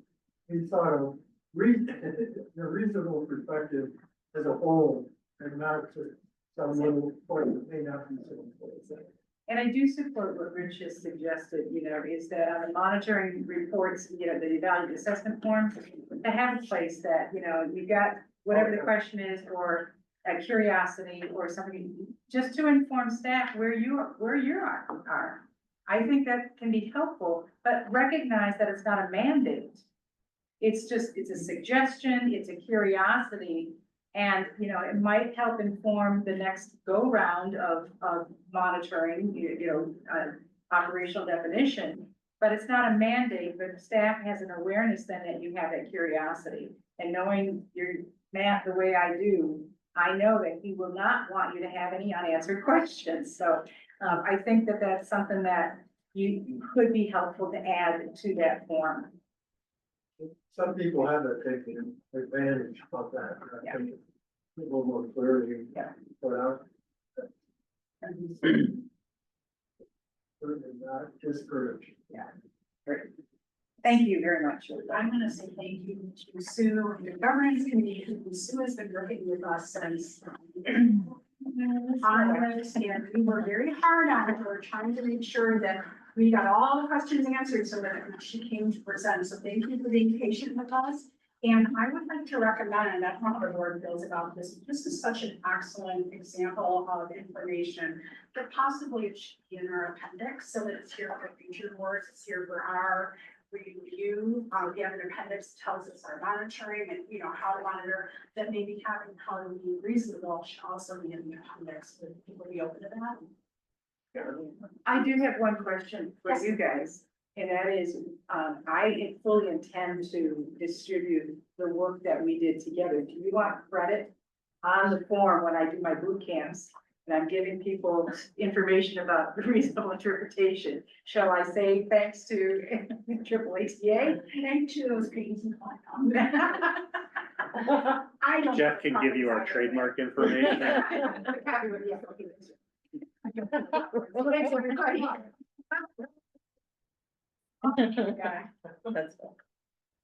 Right, that was great, thank you. We're gonna go ahead and move on to the business plan, that's Thank you, and thank you all. I got a lot out of that conversation myself. I took a lot of time last month. Today I can be much more brief. I want to thank everyone for their formal and informal feedback on the business plan. I do think I'm very close to sort of finalizing it. I want to give you, we have made some changes in the version that was distributed to you today. I want to just highlight, I think, the most important ones for you. First of all, I got some really good feedback last month at the meeting and since about the use of the phrase priorities, high, medium, low. It didn't take us long to say, yeah, low priority doesn't sound good and really doesn't capture, you know, frankly, the importance of some of those things, which have received incredible attention and results as a result. So we have changed the language there. We are still using the word priorities. But it's been softened a bit into different categories. They're less ranked because I think that's fair. The categories are not high, medium, low. Those terms no longer appear in the document. They are, I believe, core services, ridership growth, and value added. Those are different thematic buckets, but nothing is now called a low priority. So I think that's perhaps the most substantive change. There's a number of small typos, adjustments to a couple of things. I thank Rosa, Maria for making a lot of those changes. One project was added. The Regional Transit Authority has actually found some money and offered to buy kind of a super bus app for all the transit agencies in the region. And so we're obviously going to take advantage of that, but that takes a little bit of staff bandwidth. So we're on board with that. We adjusted timeline for one minor project, but we're going to start next year anyway. And I also want to thank the senior management team. This year, you know, since the pandemic, we've been, to a degree, still struggling to get our footing back. I think we did much better this year. Our senior management team, all our department heads gave us a lot of good information and feedback about what we need to consider. There is a lot from them that we're still digesting, but it didn't change the nature of what was in here. But I thank them for that work. So in closing, I think based on your feedback from staff, and we did get one public comment, the document's been updated. I'm going to finalize it, but this is a living document. It's never entirely done. It is the basis for the budget. I'm going to get out of the way and let Tina talk about that. But if new information comes to me in a month, a week, 5 months, I absolutely have the right to amend this and tweak the trajectory of the agency in so much as I can from the budget parameters. So thank you for your feedback. If anything else occurs to you or you want to share it tonight, I can incorporate that sort of thing going forward. But thank you for the feedback I've already received. I want to know a little bit more about the transit app initiative. I'm a user of transit app, so I'm personally a very big fan of it. Is this to create like a branded app that would be like, I think in other agencies, it's like, it provides the paid version of the app for all users. I'm going to call a friend. Okay. And is it going to be like for the entire RTA, jurisdiction? Yes. Cool. So it is transit app and called the Royale Suite. So it's what you're using now, only better, and it will include our logo. So if you're in our service area and that's the service area that you use the most, then that's what you will see. So if you were in Detroit, for instance, and you typically use DDOT service, and then you came into our service using transit app, like the app to get here, for directions, it would probably still show the DDOT logos and things like that, even though you went into our service area, because that's where you identify most with your transit use. So we're not, by the way, we're not collecting any of that information. That's all third party. So there's no concerns that we have around data collection or knowing where people are traveling or anything like that. But the back end of it is, it does kind of know where you most often are when you're using the app, and it will present that, those characteristics when you're using the app. I'm excited that, Yeah. and like people have talked a lot about the RIDE meeting app. I know our last attempt at an app. Didn't end, didn't produce the results we were hoping for, although I think it's still on the app store. Yeah. But, this is, I'm excited about that. Is it funded by the state? The RTA is paying it, so there's like the publicly available app. And then if the agencies want to pay for a higher level of service for the general public, that's permissible. I don't know where their funding is. coming Yeah, from. the funding is coming from the state. It's a state grant. It's a 3-year grant. So it gives us an opportunity, 3 years, to participate and see how our users like the app. And, probably a couple of years in, we'll see how it's going and determine then if there's gonna be an additional funding source, or if we need to create an additional funding source if we want to keep it. So those will all be part of the monitoring process after implementation. Any other questions? Seeing none, Gina, press one. At that time.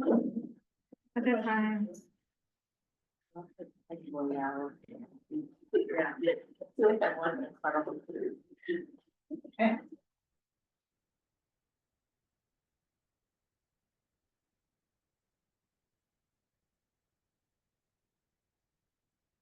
In the spotlight at all? Not getting Dina. All right. This is part of it. You might want to. I am, that's my job, so I get to do it. But I don't do it. Is that better? I don't know. Yes. Okay. As long as you can hear me, we'll be good. Thank you. I'll need to do something once the this morning.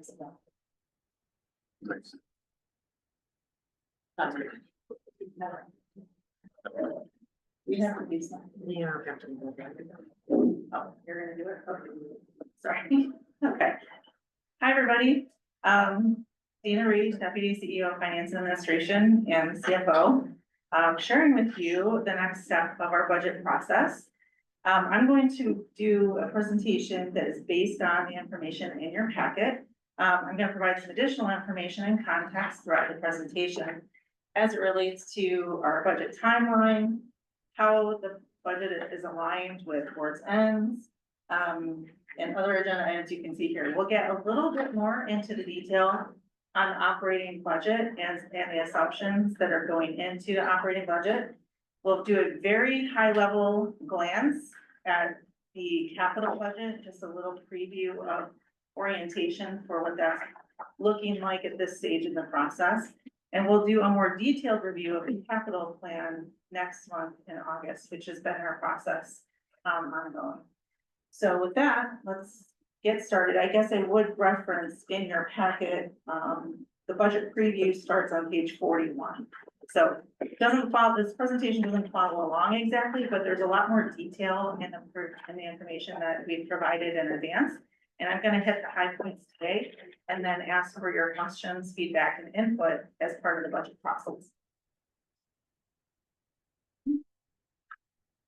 So starting with the operating and capital budget preview, I always like to start out by reminding folks how we look at budgeting. How we look at budgeting is we start by thinking about what are the board's strategic goals or the ends that you set. So the business outcomes are the ends policies, and then there are executive limitations. And so when we're developing the business plan and then the budget, all of these factors are considered so that we make sure we address all of the limitations in the context of trying to achieve the board's end. The business plan, examples of that would be the long-range plan, values and principles, and specific proposals that start in either this fiscal year, next fiscal year, and continue throughout the projection period. Then we get into execution, and that's where the budget really lives. So we do the planning up front, as Matt has mentioned on several occasions, and you've had a lot of input too. We take the business plan and we say, okay, now what do we need to budget for to make sure this is gonna happen? And that is part of the way that we make sure that our annual budget is aligned not only with our own business plan, but with your ends ultimately. And then, of course, part of execution is execution of services and projects associated with the budget, which are all funded in the budget process. So this may look familiar to you if you're very familiar with the business plan, because this actually outlines the major priorities or areas of the business plan that we're focused on. We're focused on delivering excellence in customer service and retention, attracting new riders, increasing ridership, and continuous improvement. And then there are some more detailed elements in the business plan. It even goes further than these categories that are listed here. But what I want to share with you is, what does this look like when you start to look at our budget, or how do we consider that in the context of the budget? So for example, when we're talking about operational excellence, there are in the business plan several examples of things we're going to do or planning to do fiscal 26 to achieve operational excellence. And what that might look like in the budget is funding to maintain assets, funding to staff, to make sure we have adequate staff. It would look like projections and analysis. It would look like the context that we share information with you. And it will demonstrate contracts and things that we're putting in place to maintain, in this case, financial administrative excellence. And as you go through the list here, there are not only are things that are in the business plan, but just things that we also will put in the budget related to attracting ridership and continuous improvement. So when you look at the business plan, you can see that those are the things that are driving everything we plan for in the finance side of things. So under attracting new ridership, we have things like capital systems and infrastructure improvements, and those things are all either housed in the operating budget or the capital budget for funding to make sure that we're going to accomplish those goals as we go on through the year. Just want to share a few more detailed examples of what that looks like in the budget. In terms of the timeline, we are right here, July 24th. So we're not quite halfway through the budget process, but we've had a lot of development. This is color coded to kind of share all the different aspects of who gets to participate in the budget process. So we start with staff, internal staff, where we're developing the base budgets. What we need to maintain our core services is critical and most important. Something we want to make sure is fully funded before we think about other initiatives to make things better or grow things.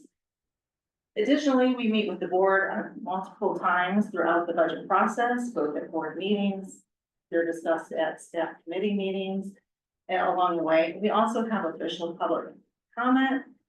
We do publish information to the public. There's like, for instance, we have an announcement of our budget coming in the next week by the end of July that will say this, our budget is coming, our budget is out there, it's available for review. And we answer, if we get questions, we consider that in terms of the budget process. We also take consideration of all the comments that the board provides throughout the meetings and the process. We have the state requirement to have an official public hearing in August. So we're working towards that, and that'll be during the August board meeting.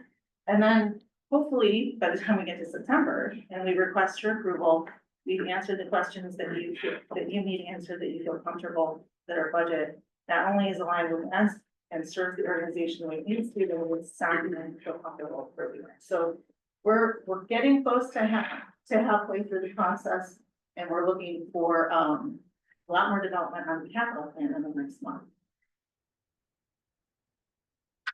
So with that, let's get into the operating budget just a little bit more. Just to give you, at this point in the process, the preview of what's going on in the budget. So we are funding full service levels, which include all of the same services that we've been offering since the village increase in services last year. All positions are fully funded. We have a full year of the village service, like I said. We are planning for a little bit lower state operating assistance. I'm gonna talk more about that as we get through the presentation. Our budget is balanced, which is not only a state requirement, but is important to make sure that we're not overextending ourselves. And all of our capital projects that we present will be fully funded for fiscal year 26. Not necessarily through the whole projection period, and we'll talk about that in more detail when we talk about the projects. But for fiscal 26, everything that we share with you that we're planning to do will be funded. And no fare increases. And no fare increases. I was actually gonna touch on, thank you. So like I said before, our budget is balanced, and this is just a snapshot to show you kind of the broader categories of the main sources of revenues and expenses that we get and how we spend them. The main thing about having a budget balance, balanced budget, is that we are not gonna spend more than what we have. So we have to provide a budget that says we have enough revenues to cover all the expenses we're planning to do. And this is what the budget looks like right now. It's about 70 million, a little over 70 million. You can see that a large percentage of our revenues are collected in property taxes and state operating assistance, which I will talk about just a little bit more in a minute. But that's 85% of our revenue. So we're heavily reliant on those two sources of revenue. And so, which is a great thing, except sometimes, something to note is we're fairly limited on control or the ability to change those revenues in a short period of time. So in other words, we can ask for a new millage if we need more funding for property tax revenues, but that's not something that we can just do overnight. So we have to be very cautious about what we spend, not only this year, but over the 5-year period and even into the, beyond that, to make sure that we're good financial stewards and not getting to a point where we are in any way running into a deficit or anything like that. So they're just not things that we can change. State operating assistance is a reflection of our operating expenses. So for some of you who may not be as familiar, we receive a percentage of operating expenses as revenue from the state. So that is a function of how much we spend. We are not planning any fare changes, as Matt mentioned. And so fare revenues, we expect to be fairly stable in terms of maybe a little bit of growth with ridership, and we'll talk about that more once we have more solidified ridership projections. On the expense side, you can see that over 75% of our budget is going directly to transportation services, whether it be direct staff and costs attributed directly to service, or purchase transportation contract, which primarily is our paratransit contract, but those are direct services. If you factored in utilities and insurance, which a portion of that could also be considered direct, for use of the facilities, it would be over 80%. So we're very, very heavily budgeted for the services that we're providing, and that we've committed to provide to the public. I always like to show you a little bit of a trend on what's been going on with revenue. We do this each budget year, started this a couple of years ago, just to kind of give you a context. So in the past few years, we had a new source of revenue. That green bar that is in the chart, is in the graph, was pandemic relief funds. So for several years, we were able to take advantage of pandemic relief funds as a revenue source.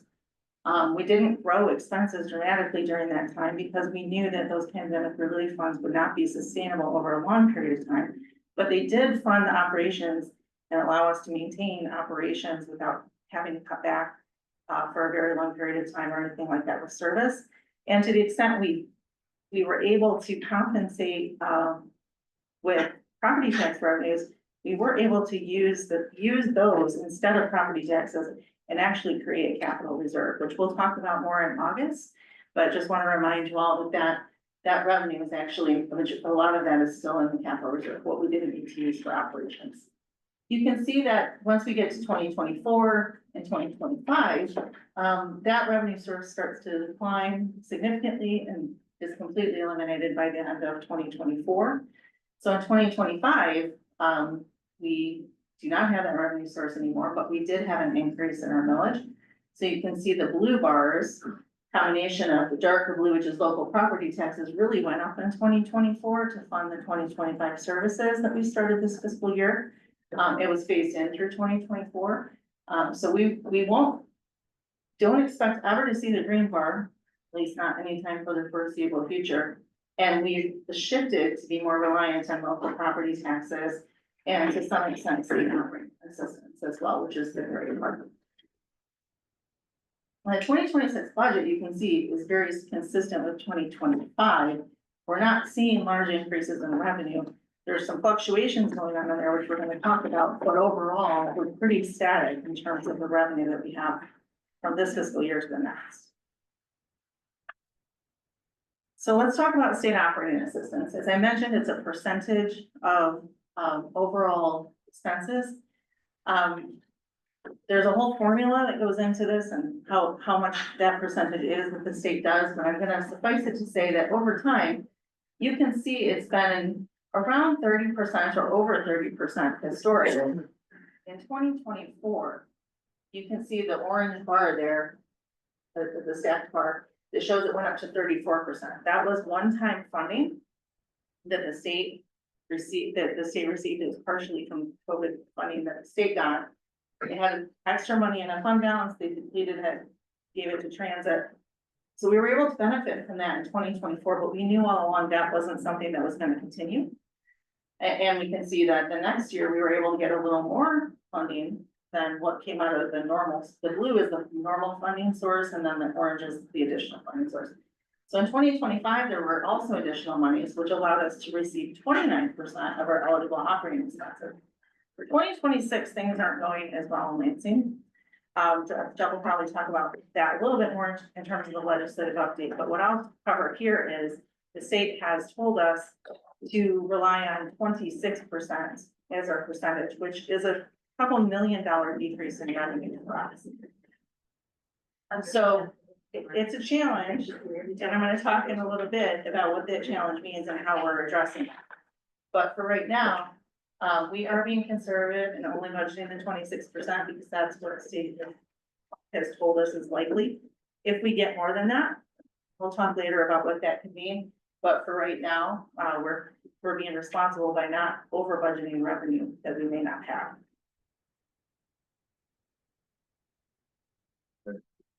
Just to interrupt you real quick, I just got a notification that we are under a thunderstorm warning. Okay. So if you lose power or whatever, that's all that is, but. It's not you, Gina. Are we not under a tornado? I'm good with thunderstorms. Tornadoes are not my friend. Okay, so as I mentioned before, property tax revenue is a huge percentage of revenue. This is covered in your packet. I just wanted to give you a quick overview because we are seeing a significant increase in property tax revenue this year. I wanted to just kind of share with you how we calculate that. So we do base that on data available from Washington County. What's happened in 2025 is we budgeted a little bit conservatively in 2025 because we didn't know for sure how the new millage would shake out. We just received those revenues in 2024, late in the season, not in time to make any adjustments for the 25 budget. Now we have that information. We're now moving into just now starting to collect the second year of millage revenue.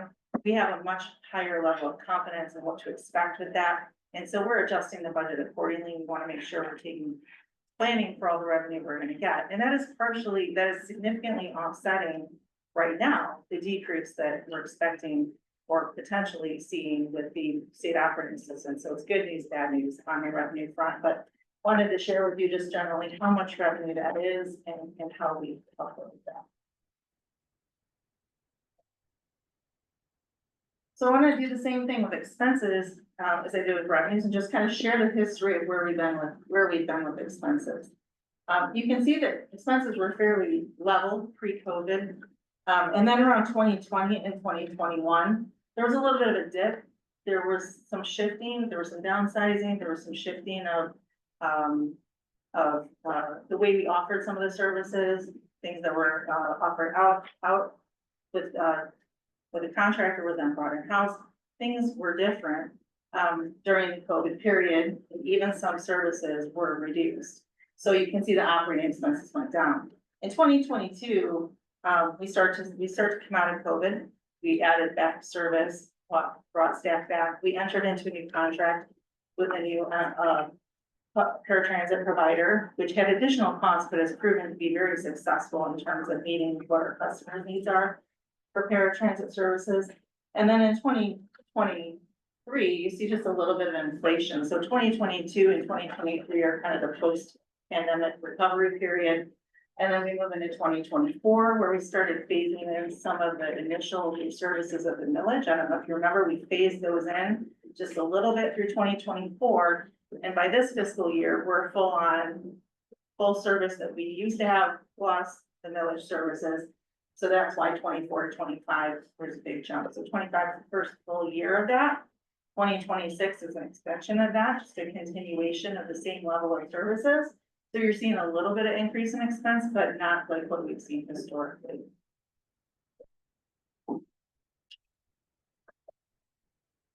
So the net change in the budget is pretty much, it's pretty much that it's kind of flat. It's only going up right now, maybe 2 or 3% on the expense side. We have revenues going up $1 million, expenses going up 1.6. Again, this is still preliminary. So the thing that is not in here are some additional initiatives that we're still vetting out that are alignment with the business plan. But what this tells you is that we had a little bit of a surplus budgeted in 2025. That's why expenses can go up a little more than $1 million in revenue and still be balanced, because this is 25 to 26 budget comparison. But ultimately, what we're showing here is that, we have lower state operating assistance, higher property taxes, and we're maintaining all of our millage services, and we're absorbing any inflationary pressures. So the net change is really ending up in a balanced budget. The concern that we have is the fluctuations in the revenue are causing very little growth in revenue. So we need to stay under whatever the revenue growth is to make sure that we're providing a balanced budget, but we still have initiatives that we need to do. So we're gonna be doing some belt tightening and things like that, nothing significant or to be concerned with, but just as we go through, we're gonna have to really, not have as much revenue for initiatives as maybe we've had in the past. There is an opportunity, we do have some fund balance, but we're being very cautious on that because we have multiple years still left in this village and we're not sure what's gonna be happening with state operating assistance. So we're waiting to see what's gonna happen with them, but for 2026, we feel very confident that we're stable and we'll definitely be able to present a balanced budget by the end of the process, including some initiatives. As with any budget, there's an importance to point out opportunities and risks. So the opportunities are that we are maintaining all the services that we promised to our communities. And our buses aren't full all the time. So we have capacity for growth in what we're currently providing, and we're undertaking several initiatives internally to help boost that. And I'm not going to talk in detail about those today, but they are listed in the business plan. So if you have an interest in that, there's some good information in there about things we're going to be doing in fiscal 26 to try to boost ridership and grow that with the capacity that we already have. We're executing on the long range plan. The millage service money funding and the new millage or the expansion of services is the first 5 years of execution of the long range plan. So we're implementing that, and that's a great opportunity for us to continue to work through the long range plan and continue to implement that plan. We also have stable funding, and you see a few examples of that here. We have funded reserves, we have no debt, we have a stable millage through 2028. And while state LBO funding is listed as a risk, LBO is Line Health Business Operating, it's the state operating assistance I was referring to. While the state funding is decreasing a little bit, it's still a stable source of funding, not something that we would expect to be depleted or go away. It's just the fluctuations that we have to keep an eye on. But it is a risk nonetheless, because we don't know exactly what it will be, and it could impact, it could be better, could be worse, and we'll wait to see on that. Other things that are typical are inflation, but we also have a kind of a volatile year with tough tariffs and other things that could have impacts on expense. So I'm just citing that as a risk. None of these risks are something that we are extremely concerned about today, but there are things that we're watching, aware of, and definitely thinking about when we think about our longer term projections.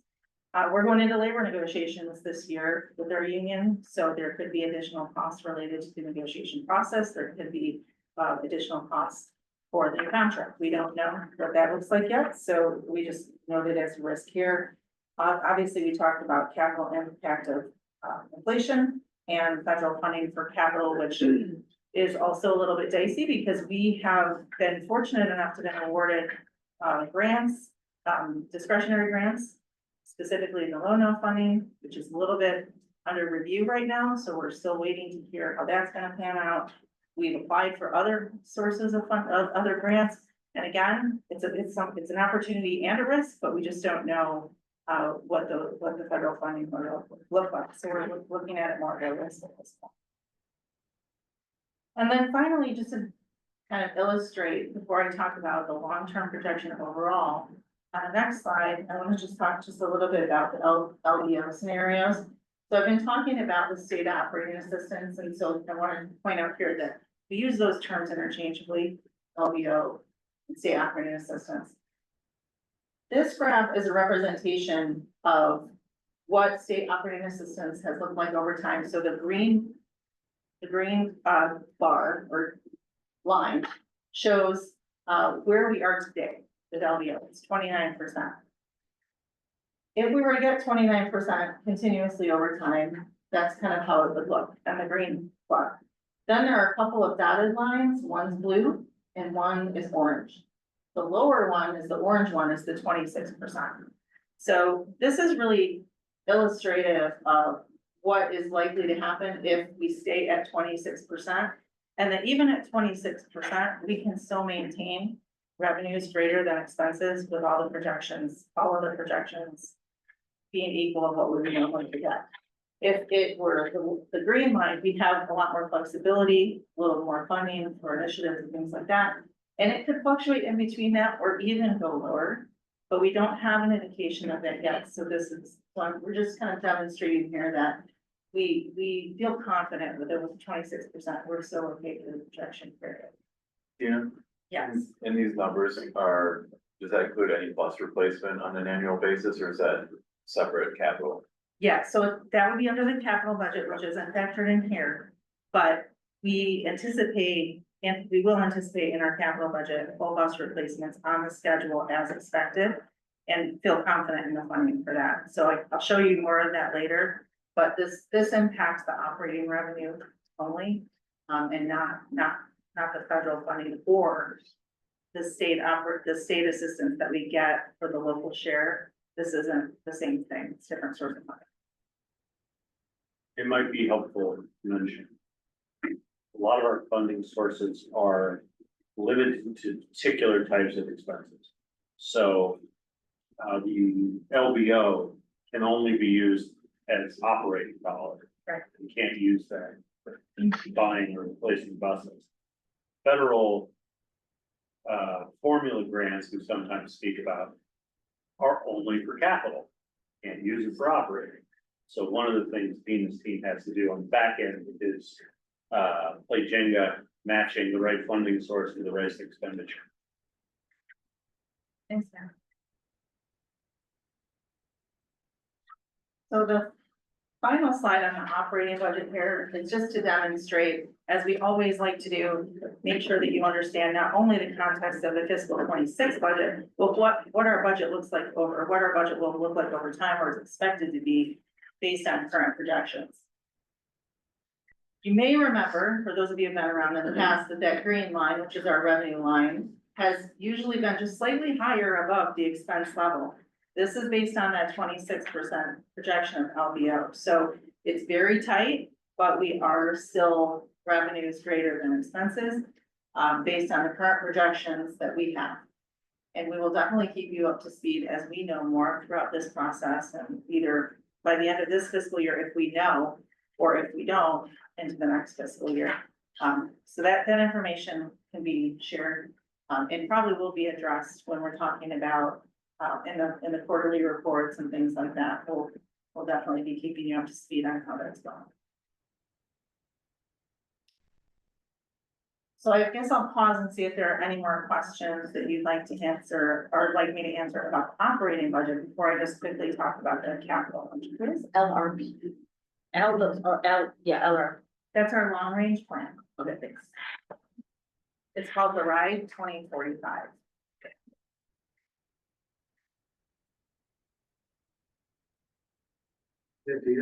Yes, The slide where you showed the 29 versus 26%.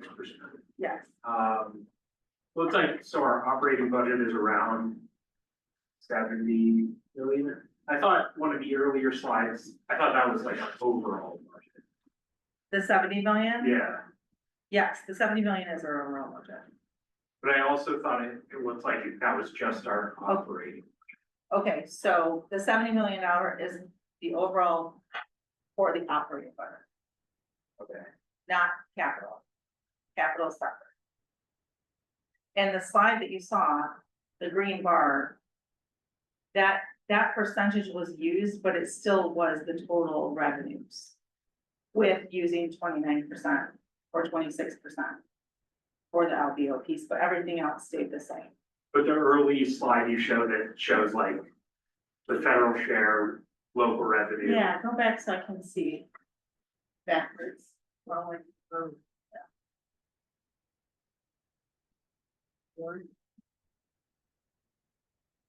which slide? Yeah.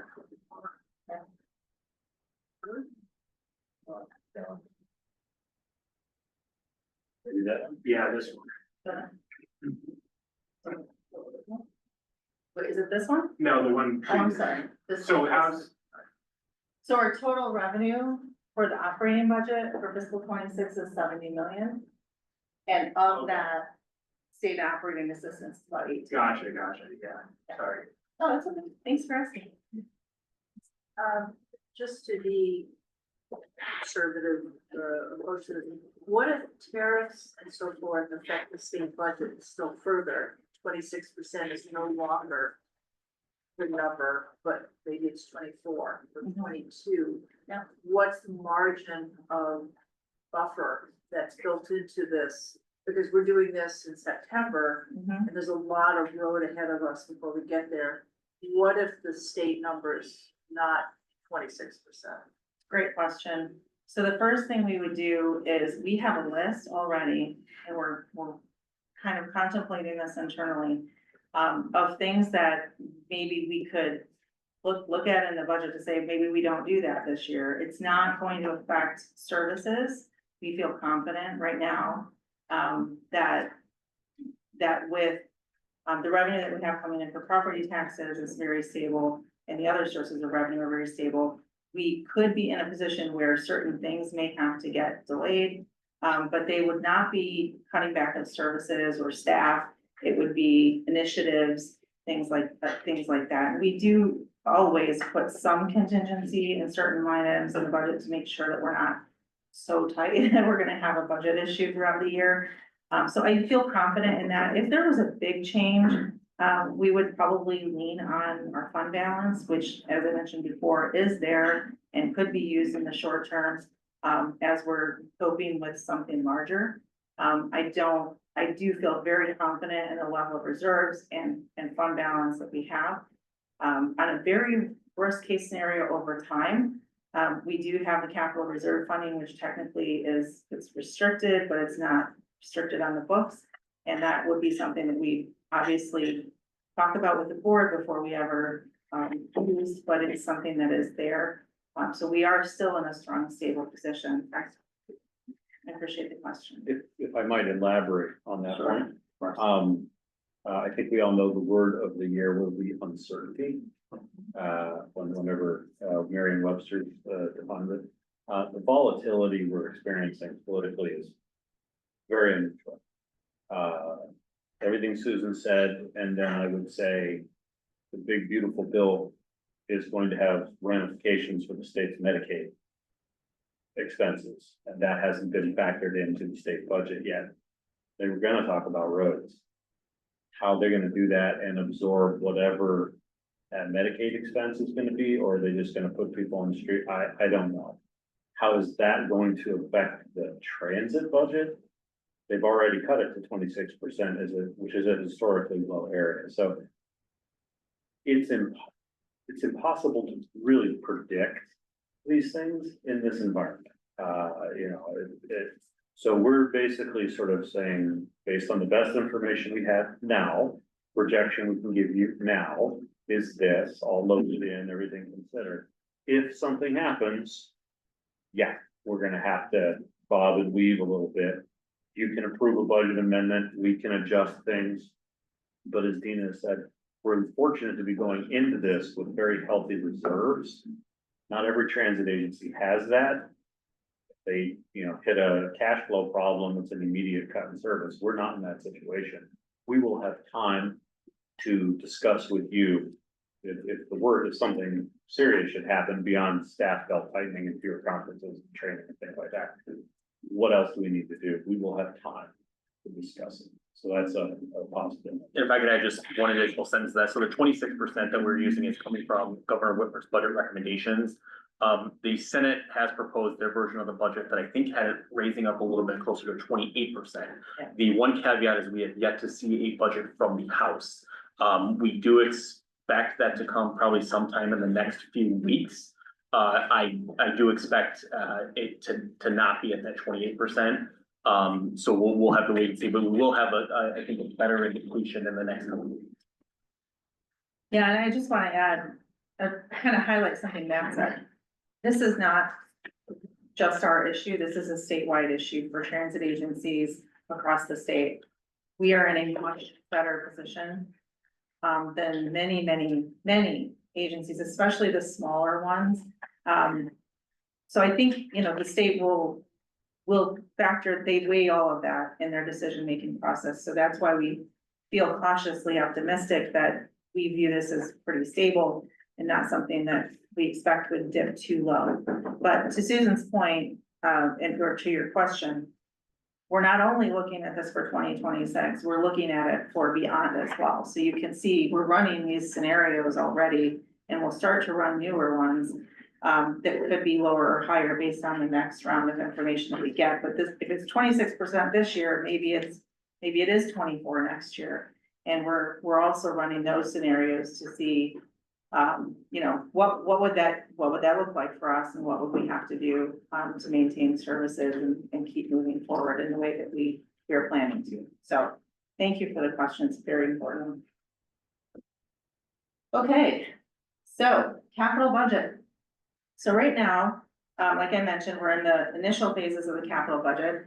The interesting thing about the capital budget is it doesn't change typically as quickly as the operating budget, because you have longer term projects, you have longer term plans. We're talking about a lot more money, obviously, but we have much longer term plans that don't fluctuate quite as often in terms of taking information we had last year and moving it into next year. We wouldn't expect major differences. The one thing that affects that, of course, is funding, and we'll talk about that just a little bit. But the capital budget programs and the funding right now for the capital budget is around 29 to 30 million. That's not on this slide, but the overall context that we're talking about for 2026 only is 29 to 30 million. And when we present more details on the capital budget next month, we'll present multiple, like 10 years, we'll present, longer term projection. But for now, I just want to give you a snapshot of where we are in 26, just to give you a sense. The other thing that's important about the way we look at and categorize capital projects or capital programs is on the left, state of good repair, value added, expansion of services, R&D.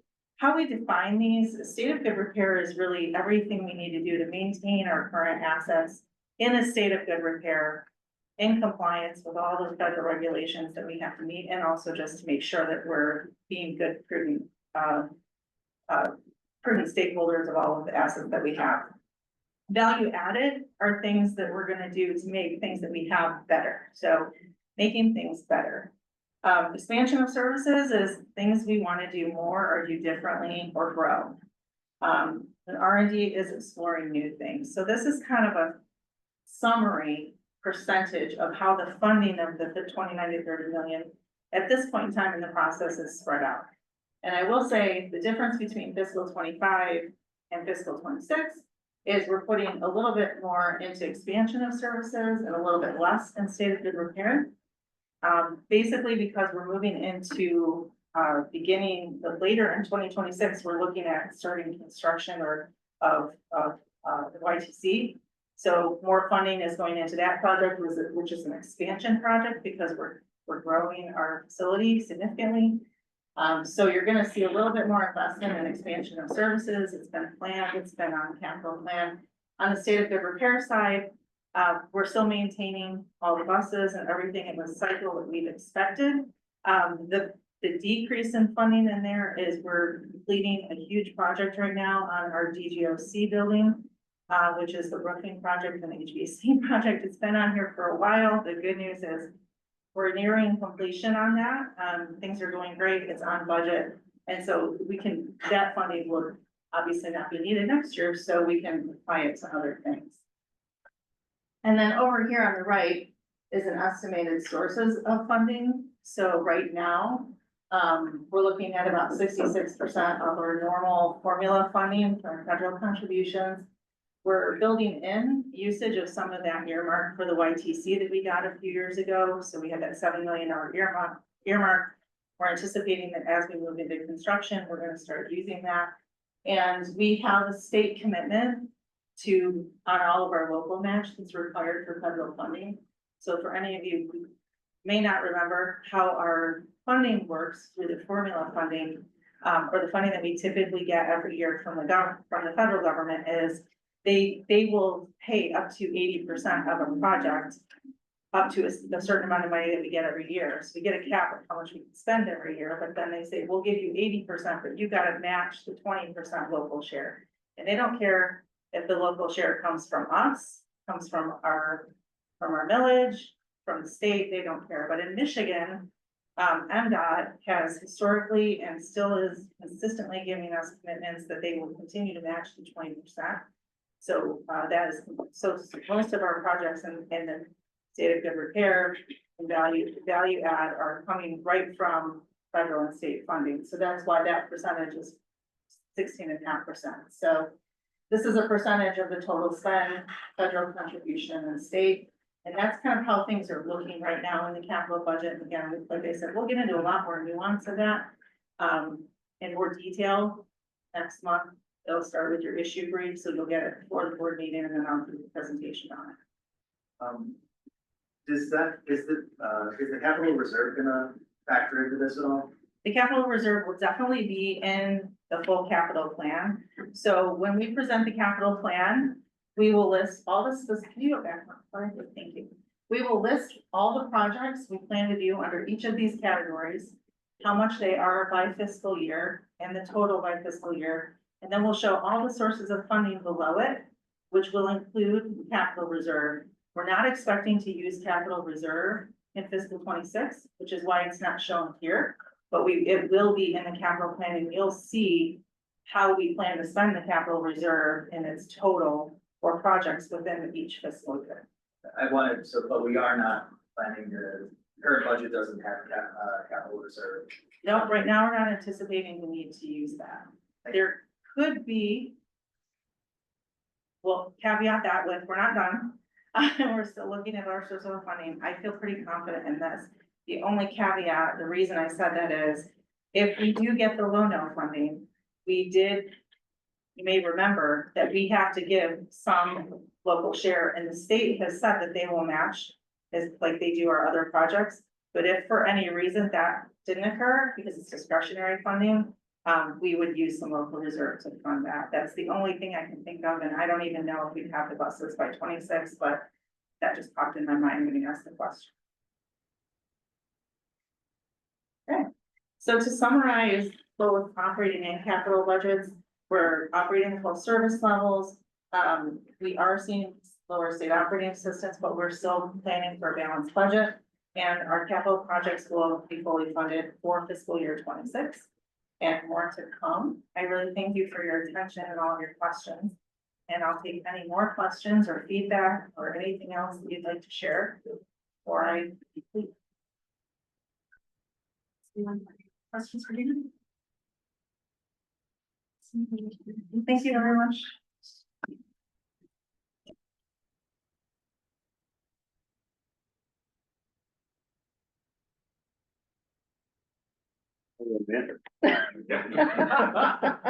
Too much? Candlelight, you know. Yes, yes. Just need some concrete there. We could do that because they've got. So, 5 words. For the sake of brevity on the CEO report, I want to congratulate Ford and his team. We have completed the NEPA. Good job. This is a big step that allows him to pull that project even further into the next steps, like land acquisition. So congratulations, Forrest and the team. I want to congratulate Dina and everyone who's been a part of the triannual review. Every 3 years, the Federal Transit Administration comes through and checks everything's going right, and that process is completed and we're getting closed out. So, and the sky didn't fall, so again, good job. I would say one other thing, because we haven't talked about our trademark in a long time. Jeff's managed to get that thing moved through the trademark process, getting all our logos and whatnot nailed down. So we're not done, but we're Next week. we'll be done. So thank you for all that. With that, Madam Chair, I take any questions. Are there any questions with regards to the CEO report? No? Great. Thank you, everyone. Action item recap, Jeff? Well, sure. Jeff, Oh, sorry. Well, I thought when Matt said he was done and they were together, I apologize. Jeff, is there anything to add? I can go very, very briefly. I don't have a ton of substantial updates. I hope to have more in August. On the federal side, our earmark request, we've been following that. Last week, the Senate THUD appropriations is kind of being a little bit more rushed through. So senators put forth their final list of earmark and CDS spending. We hope to learn more. Keep our fingers crossed. As you remember, we did make it through the first round for Senator Slotkin and Senator Peters. So hopefully we'll get some positive news on those. The House did release their THUD appropriations bill, very much in line with President Trump's budget recommendation. Didn't necessarily gut public transit. I think 50 through 39, both grant and formula, are fully funded to IIJA levels. The one item that was severely cut is CIG. I think it was over 90% cut from FY25, with the caveat that any of the funds that we're not using 25 can be used to backfill 26. I think it's kind of a PR move in a sense that he can say cut $160 billion in the budget. This is the way to cut two, but it's still kind of there. CIG is rail project. Yeah. So it doesn't directly. Doesn't direct with that, but just, yes, FYI on that. And then on the state side, I think Matt and Dina touched on everything. We'll wait and see what the House comes up with. And then we'll see how that plays out. I know Governor Whitmer has still expressed strong interest in road funding package, but due to federal cuts, I think the likelihood of that is dwindling. So we will more to come on that. Anybody have any questions for Jeff? Is emerging items for closing items there? Yes, I have a note that I will be contacting Ann Arbor District Library about the 6 p.m. start time, which would start in October. You also will all start receiving in the next couple of weeks calendar invitations for next year's board meetings and committee meetings. There was also a note, Kathleen, I wanted clarification. You said to add reasonableness to the appendix of Yes. okay, all right. I'll double check which document. Make sure I have everything correct when we see you. Also a note that the business plan is going to be finalized and that is added to the website along with budget documents. And that was all that I had. If the ownership linkage is prepared, reaching out to city of Ypsilanti to schedule those meetings.